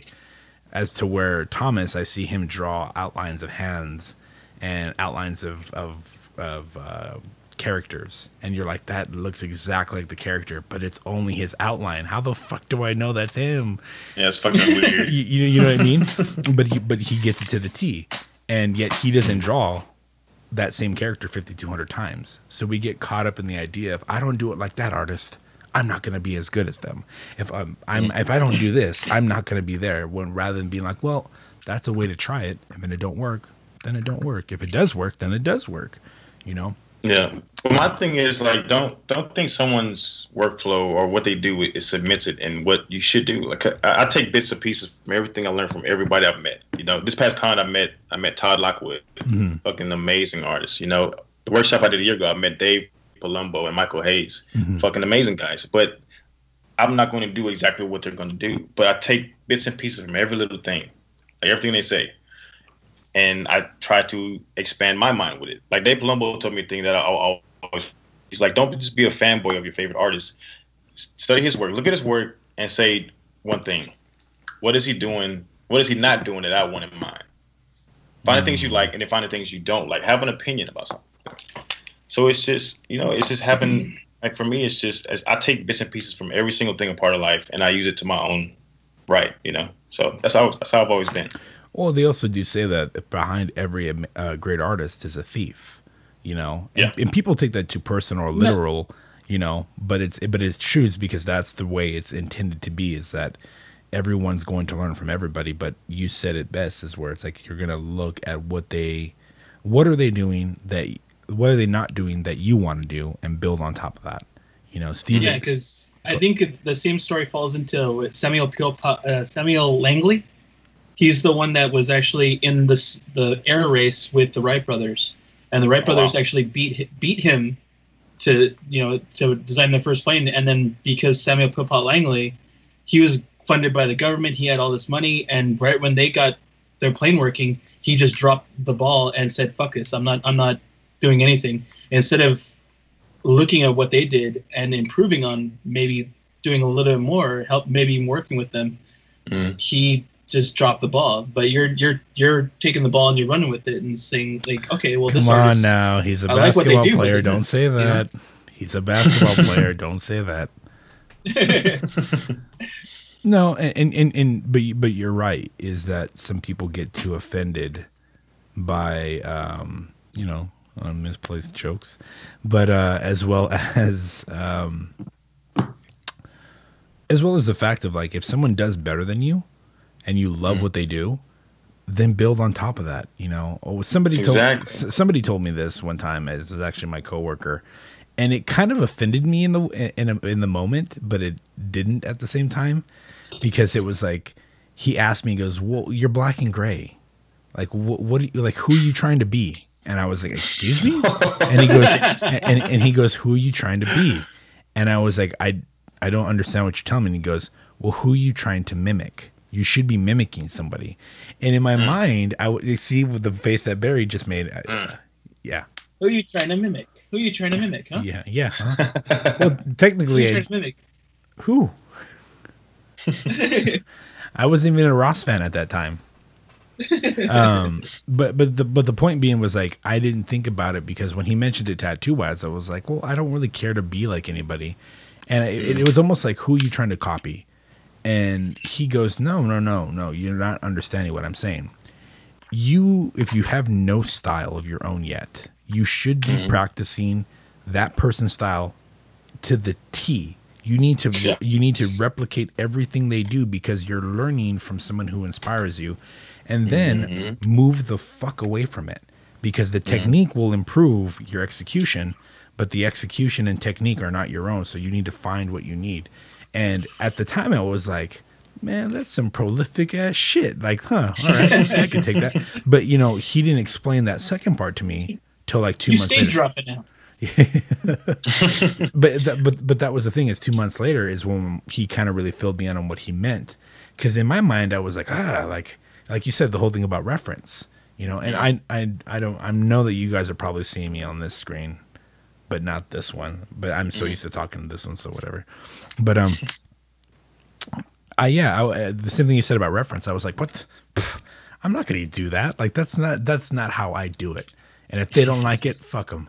You know, but later on in time, it did make a huge difference, because now I'll look at people like Steven Russell Back or Max Gruber and all these different artists, and I'm like, fuck, dude, I just want to draw like them. And then once you start drawing like them, you're like, that's great. And someone comes up to you and you're like, oh, a McDowell piece, huh? That's great. And you're like, no, that's mine. No, that's a McDowell piece, dude. I can tell. But studying is a major part of it. Like, one of my favorite quotes is, if I've seen further than others, it's by standing on the shoulders of giants. Like, I study all these masters because I'm trying to get not only on their level, but a higher level. I'm trying to go beyond it. But I can't do that if I don't study with who came before me. Right. You know, it makes sense to me. What was a quote? What was a quote that you posted a few weeks ago? You always post some prolific ass shit, but it was like, yeah. No, you do. It really held into my head, because it hit me on a personal note, artistically, as a musician. You posted about if a person is concerned with accomplishments in their past or something like that, they can't be a king. Or you posted something about that, but it's like, if you hold on to the past, you can never really make a better future or something. I forgot what exactly you put, but I quote a lot of shit, so I don't even know, man. Is that on Facebook or Instagram? I believe, I don't know if we have each other on Facebook. I need to add you if not. But you posted something, but the premise of the message was, if you were consistently looking for approval of people or things from your past, you know what I'm talking about? That you can't necessarily move towards a better future. And that was the gist of it. And it was funny, because I always catch myself reminiscing, doing things I couldn't do before musically or artistically around situations in the past that I could have done better at. And I'm always like, man, if I would have just done this at this time, and so forth. And rather than just moving beyond it and being like, man, you know what, I could do better next time, you're always focusing on things that are not necessarily relevant anymore. You know, kind of the same premise of, I get a lot of people that still tell me, hey, man, you're the guy who does the watercolors and you did the Guardians of the Galaxy, right? And I'm like, oh, yeah. They go, that's really watercolor, or did you put Prisma? I'm like, no, that's 100% watercolor. That was great, man. And I'm like, yeah. So what other pieces have you done in 3 years? I'm like, you know what I mean? And and that's a hard thing to swallow, because it's really how consistent you are being.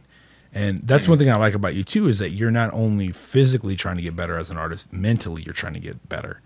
You know, a lot of artists like to get better and be like, oh, I couldn't draw a torso to save my life. Now I can draw the best torsos ever. You know, they're huge torsos. Everyone loves them. They're the best. They're huge. And all of a sudden, like, when somebody tells them, yeah, it could be a little bit better. What do you mean? Words, they hurt, you know?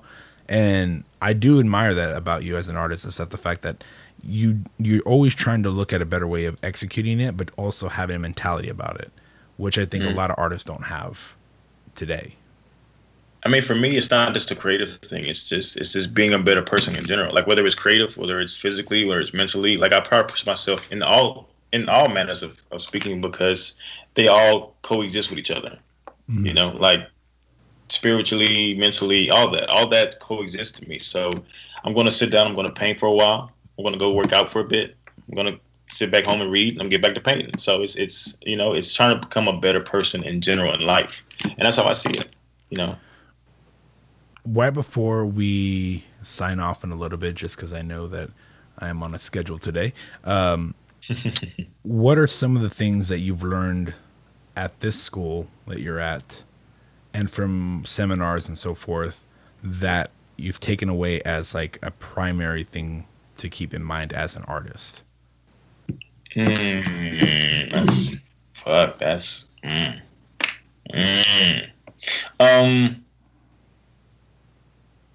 man, it's a hard one. I guess I would say that art is literally boundless. Art has no shape, has no form. It's just literally just expands everything, because I'm studying from right now 5 different artists. Then I would go to seminars. I'm studying from them as well, and I'm just seeing it, and they're all doing it differently. Mm-hmm. So nobody is right and nobody's wrong. You know, I don't take anybody's word as law. I take it into consideration. So even when I'm doing a study, like, okay, I like the way you did that. I try to study it. I'm like, okay, I like that, but that's not for me. Maybe I can expand on that. You know, so it's just, you know, I'm trying to just learn from everybody I can and just soak up as much information I can to release something that I want. Mm-hmm. You know, so it's just realizing that, you know, you don't have to agree with that person the way he does it. You know, you can find your own way. Art isn't just, hey, you need to paint like Frank Frazetta. That's what you need to look like. You know, find your own path, but you find your path by studying like others, by getting information. Yeah. Thomas, what about you, man? Something that you consistently have pulled away from other artists, seminars. You're somebody who goes to an extensive amount of galleries. You were at the art show that they just have for Stephen King's new book. New revision for the new movie, and it was at Gallery 1988. Which do you know what that is, Barry? No. Okay. Before we actually sign off, we got to fill you in on this because it is one of the best things ever. I'm serious. Like, for what you love, dude, you will love Gallery 1988, and it's only about an hour and a half drive away from you, dude. Shit. Yeah. So, from going to all these places and things, what is something that you have genuinely learned or taken away from your experiences as an artist so far? Well, the same way, just like how limitless everything is, whether it be movie posters or it just be a portrait photography, how just things can be inspired by pretty much anything. Like, I had a guy today take pictures of me throwing trash out. And I kind of questioned him, like thinking like he was taking my picture for like some bullshit news article. He's like, "No, I'm just taking." Don't worry, Thomas. Like, it'll all be over. Working. No, seriously. It's like, he's not wearing skinny jeans. You're 5'10". So are you a size 14? You know. You're wearing skinny jeans, weren't you? You were wearing skinny jeans. That's what it was. Yes, I do. I heard you like tripods. I'm a photographer. I'm sorry. Continue. But like, how everyone's inspired by every little thing that could be done. Mm-hmm.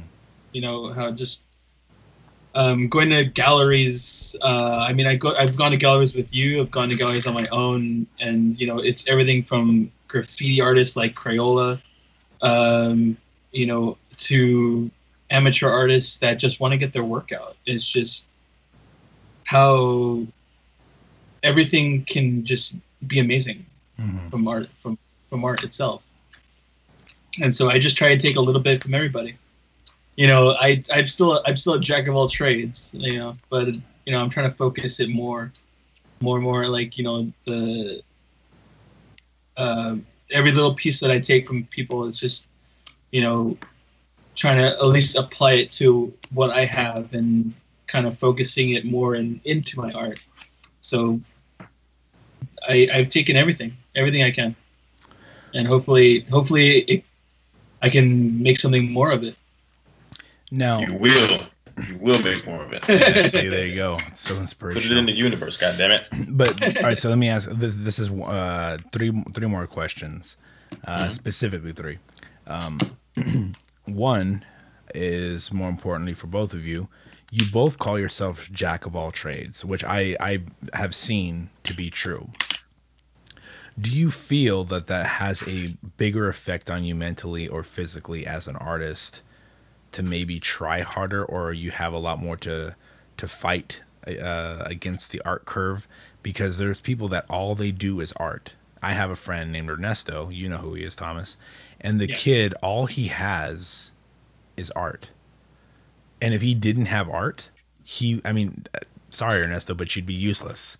And because God damn, Ernesto. Yeah, well, but I mean, put it this way. You're basically a mean sack. Yeah, well, he said it himself. He goes, if I can't make it an art, I'd rather just work at Walmart. And he was ready to apply for Walmart that week and just stay there for the rest of his life if he didn't get his position at the tattoo shop. And now the kid's killing it. But he literally, if you don't give him art or anything to do with it, he feels like he has no purpose. And some would say that's kind of admirable. Others would say that's sad. It depends on what corner you're looking at. But when I feel that it's harder when you're trying to be that passionate about something, but you are a jack of all trades, because like we said, you're always giving 80, wishing for 100, but it never feels good enough. So how do you feel that affects you as an artist, starting with Barry? It affects me drastically because I've always been the type of person who's been, anything I touch, I've been good at, to at least be able to compete in it. And I hated it. I didn't like it at all. And for art, it's like, because I can see something and do something like just by seeing it once, it distracts me from art. Because sometimes I might want to go do something else and not draw, not concentrate on painting and drawing, stuff like that. And I don't know, man. But it does help though. It does help because I can literally paint. I can literally do stuff in every medium now. I can do charcoal. I can do gouache. I can do oils. I can't do watercolor, but I can do other shit. I can do pencil and graphite. You can do watercolor just fine. God. The back of your playing card, Barry, is almost like the back of my playing card. Why haven't you introduced us? I have introduced you. What? Right now. Yeah, right now. He's seen me go through a lot of mediums as well, and it's like, and he's like, "How the hell are you doing that?" And I'm like, "I don't know, I just do it." There's no science behind it. I'm just sitting here because I was inspired by this, and I decided to do it. Well, Will Smith said something that I really liked. He was like, there's no need for a plan B because it distracts from plan A. So when you're a jack of all trades, it kind of distracts from plan A, because I'm able to touch a lot of things. So for me, I just want to be good at art. That's how I feel right now. I just want to I want to paint, I want to draw. Yeah. But when I need more of that income though, I start dabbling in other things, and like I do AutoCAD. So it depends on the situation, but ultimately art is plan A. Well, first off, before we go any further on that, I did try to introduce you both because I've told you many a times, Thomas. Are we still on this? I mean, yes, me and Barry are on this. Yeah, you can try to double team all you want. But no, I wanted to invite Barry to Frankensons. Frankensons being a collector's place, that's something that he would get a genuine kick out of because of references and stuff. Just also because he's never been in Southern California before as far as like exploring. So it'd be nice. Oh, yeah. But two is also because Thomas is a plethora of knowledge when it comes to art. Plus, you guys are like the movie Twins, except that Barry's black and not Arnold Schwarzenegger, and Thomas looks exactly like Danny DeVito. So pretty much, yeah. So they were gonna make like a third one for Twins. It was gonna be Eddie Murphy. It was gonna be Eddie. Eddie Murphy was gonna be the third twin, so they're gonna throw a black guy in the middle of it. So it would be like Twins. That needs to happen. That needs to fucking happen. It does. Eddie Murphy, but never mind. I'm not even gonna get into that. That's another. Black joke, though, man. I feel it. Yeah. I feel it in my bones. Yeah. Black joke. It better be fucking good. Actually. Yeah, but the thing is like I'm glad that you guys are meeting because you guys have a very similar past. You guys have a very similar execution and a very similar path, as well as your personalities. But like I said, I see the potential in a lot of different artists, and whether it be through this podcast or whether it be just in general, you guys are two staples in my life as I look at people who are jacks of all trades, but also good artists that are trying to find their path, but no matter what it is, you guys are kicking and screaming with brushes in hand, as versus to where, you know, I'm a person like Thomas told me this a long time ago. He's like, dude, you can have all the reference in the fucking world, but it doesn't mean anything if you do nothing with it. You know what I mean? So, you know, that's a huge thing for artists, is I feel like, you know, people build a respect for other artists, especially through social media and Instagram, because they're like, oh my God, your art's so cool, man. And then they look at your art, and if they like your art, they're like, yeah, dude, that's cool, whatever. But it's not personable. You know, I learned to be your friend because of who you were, and you just happened to be an artist. Well, Thomas, I learned how to be his friend because he broke all restraining orders, but he was also a person that we talked as friends. We talked as... You didn't renew him. That's my problem. Yes, I forgot. 40, that was your laziness. $42 was too steep at the moment. I was there at the renewal pancake breakfast, and you weren't there. But the point being is, like, our humor is the same.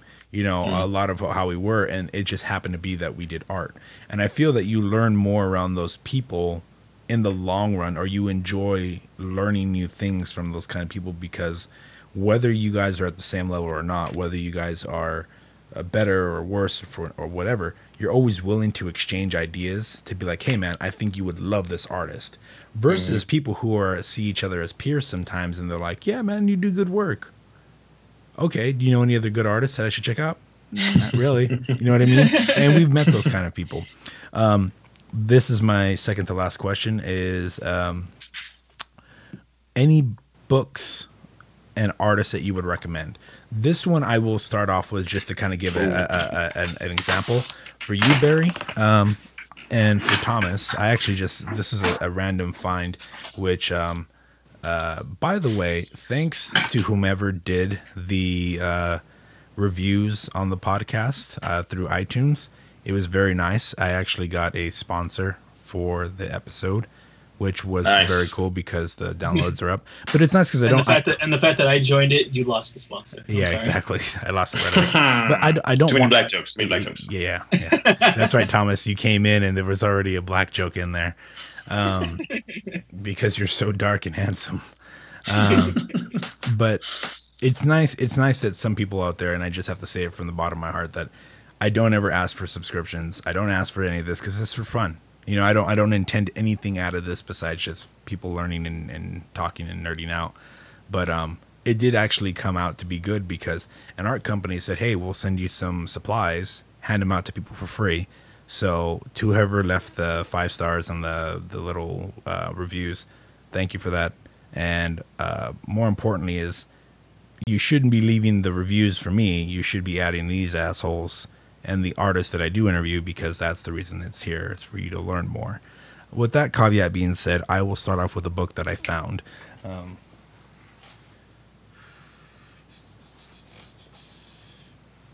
Those chubby little legs. Oh, you know. I think he's talking to you, Thomas.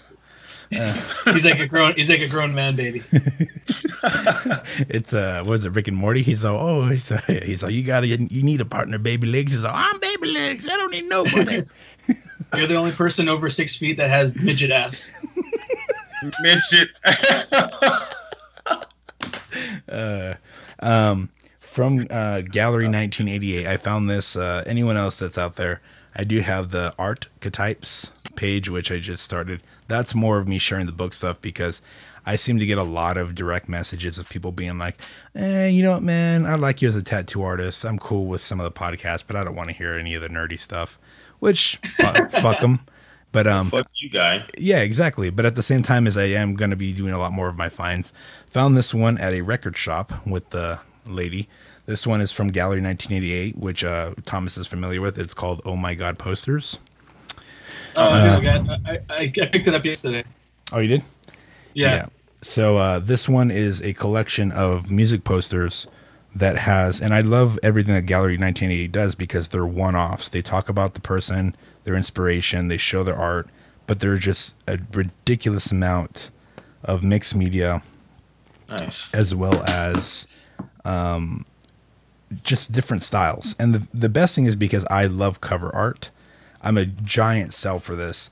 And Ken Taylor is the artist I'm picking along with the book, is because Ken has done everything from like, you know, Eagles to Blink-182 to Rolling Stones album covers, and he does everything in these awkward 12 by 36 prints, but his artwork only works in 12 by 36.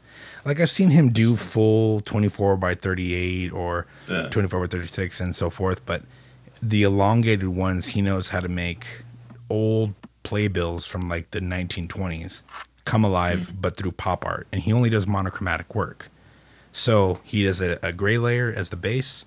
He'll do the inks for the character, and then he'll throw a solid red in there or a solid orange. And that's the entire piece, but it pops like that. So for anyone amongst you guys, I recommend Oh My God Posters Art, A Decade of Rock Art by Mitch Putnam, also Gallery 1988, where you can find it. And the artist I recommend this week is Ken Taylor Art, at Ken Taylor Art, if you're on Instagram. Barry. All right. So I got a book recently from Dragon Con. I also got to meet him and see a demo of his. Nice. I can't pronounce his last name because he is, I think, Norwegian, and I'm not even going to try to pronounce it, but his first name is Vitar. So the book is The Book of Giants. I don't know if you can see this shit. It's bad lighting in here. Oh, wow. For me, I was looking for, and there's a name there. Yeah, get in there. Okay. But can I see the bottom name? What is it? It's The Book of Giants. It has a giant troll in the front, and it's by Ditar. Let me see the last name. Scoot it over. It's Vitar. Batar Meseldezija, Meseldz, with the little Q on top. IJA. Okay, continue. Sorry. Mm-hmm. And what I was looking for is for a book. I wanted to concentrate more on graphite because I want to get better at my graphite drawings. So this book, man, is just a plethora of just good information, man. Like he does a lot of like giants and trolls and stuff. And let me see if I can get the cover looks like the cover art for that movie Trolls on Netflix. Oh wow, that has that has a Frazetta feel to it. Yeah, as far as like the old school 70s, that's really nice, man. Yeah, man, his work is just it's really dope. And for me, it wasn't that his work was just dope. It was his control of the pencil. Mm-hmm. Like you see his sketches, and you can see a lot of the strokes and whatever, and it's just amazing artist, man. He's just and a great guy too. Great guy. Nice. So it's kind of sad because he recently lost his wife, which is really sad. But he's a great artist. I would recommend studying him for sure. Nice. And for one last time, that is The Book of Giants by Vitar. Just spell out the last name. I'm gonna spell it Meseldozija. Cool. For anyone that's listening right now, before you turn it off, you can go onto the YouTube channel, youtube.com/Brushes of Doom. You can just watch it. It syncs up with the same episode, and you can watch the guys actually live and Barry dancing right now. It's not because I'm black though. I just like to dance. No. It's because you're black. There's no. I can't pop and lock like that for shit. But you can watch when we're doing these recommendations. I keep forgetting to do these with artists, and I keep looking like an asshole. So if you want to see them, you want to see the guys talk, and you also want to see what these books are, especially the references inside, so you can add them to your library, go for it. It's always free. Thomas. I've just actually ordered the fantastic art of Zawadzki. Don't know if you can see that. He's a. Yep. It's all nice. It's fantasy art. I'll show you some of this Google fucking images. Oh hell yeah! Ooh. He does just really fantastic, like chrome scale, like colors with everything, or just fantasy art. He did a cover for Spectrum. Do you guys know what Spectrum is? Yeah. Yeah. Yeah. So the Spectrum books actually was Spectrum 23, I believe. I have it right here. God damn it, you got every book in the fucking I have a lot, dude. I actually have about another 600 books on my Amazon thing, and I've completely intended that I am going to buy them next year because I like to read and I need to learn more. But the second thing is that I actually get a real big kick out of being able to, I mean, when I'm podcasting with somebody and they're like, hey, do you know this artist? And I'm like, I do. It's not me just being like, don't be the asshole to be like, do you know who this is? And be like, yes, I do. What do they? Yeah. What do they do? Spectrum. Pixel art. Yeah, Spectrum 22. That's the cover that they did. Yes. Yeah. Sick. So, what is the book called again, Thomas? The Art of Zawadzki. And what is the going price for that book, Barry? What was the going price for your book? Well, so going price is $34.95. Yeah, I got it. 20. I got it used for $30, but it's currently unavailable for new. So okay, you gotta wait. Cool. You gotta email or find somebody selling it used. Nice. Barry, as always, my friend, thank you for making time, dude. Yes, sir. Where can people find you for commission work, possibly just your art, as well as any future endeavors you may have? Go ahead and spit that out. Just keep it on, basically on two different things. So I have my Instagram, which is loaded_brush, and I post stuff on my art station as well. And just look up Barry Brown Jr. Art Station, and you'll see a lot of my stuff there. But you can contact me just through Instagram if you want. Cool. Thomas? You can find me under your bed pretty much any night of the week. Well, it's pretty much my art by Thomas Corda on my Instagram. That's about it. Okay. And as always, to anyone out there, thank you very much. I will put on next week's episode, I will have somebody on here, but I will put on there for the giveaway for the art supplies that were donated to us. As always, thanks to everybody that's listening. Always keep it free, whatnot. And support these guys. Support everyone else, from David Chafetz to Joe Capobianco, Vince Sunico. All these artists that I talk to are genuinely good fucking artists that are trying to do their best. And the best part about them is they're always encouraging others to do better. So be part of that group to move forward and help those that are looking for encouragement, or better yet, get out there and start a little group of your own, suggest books, suggest all these things, because when you start getting better, then it makes me look worse, and I'm okay with that.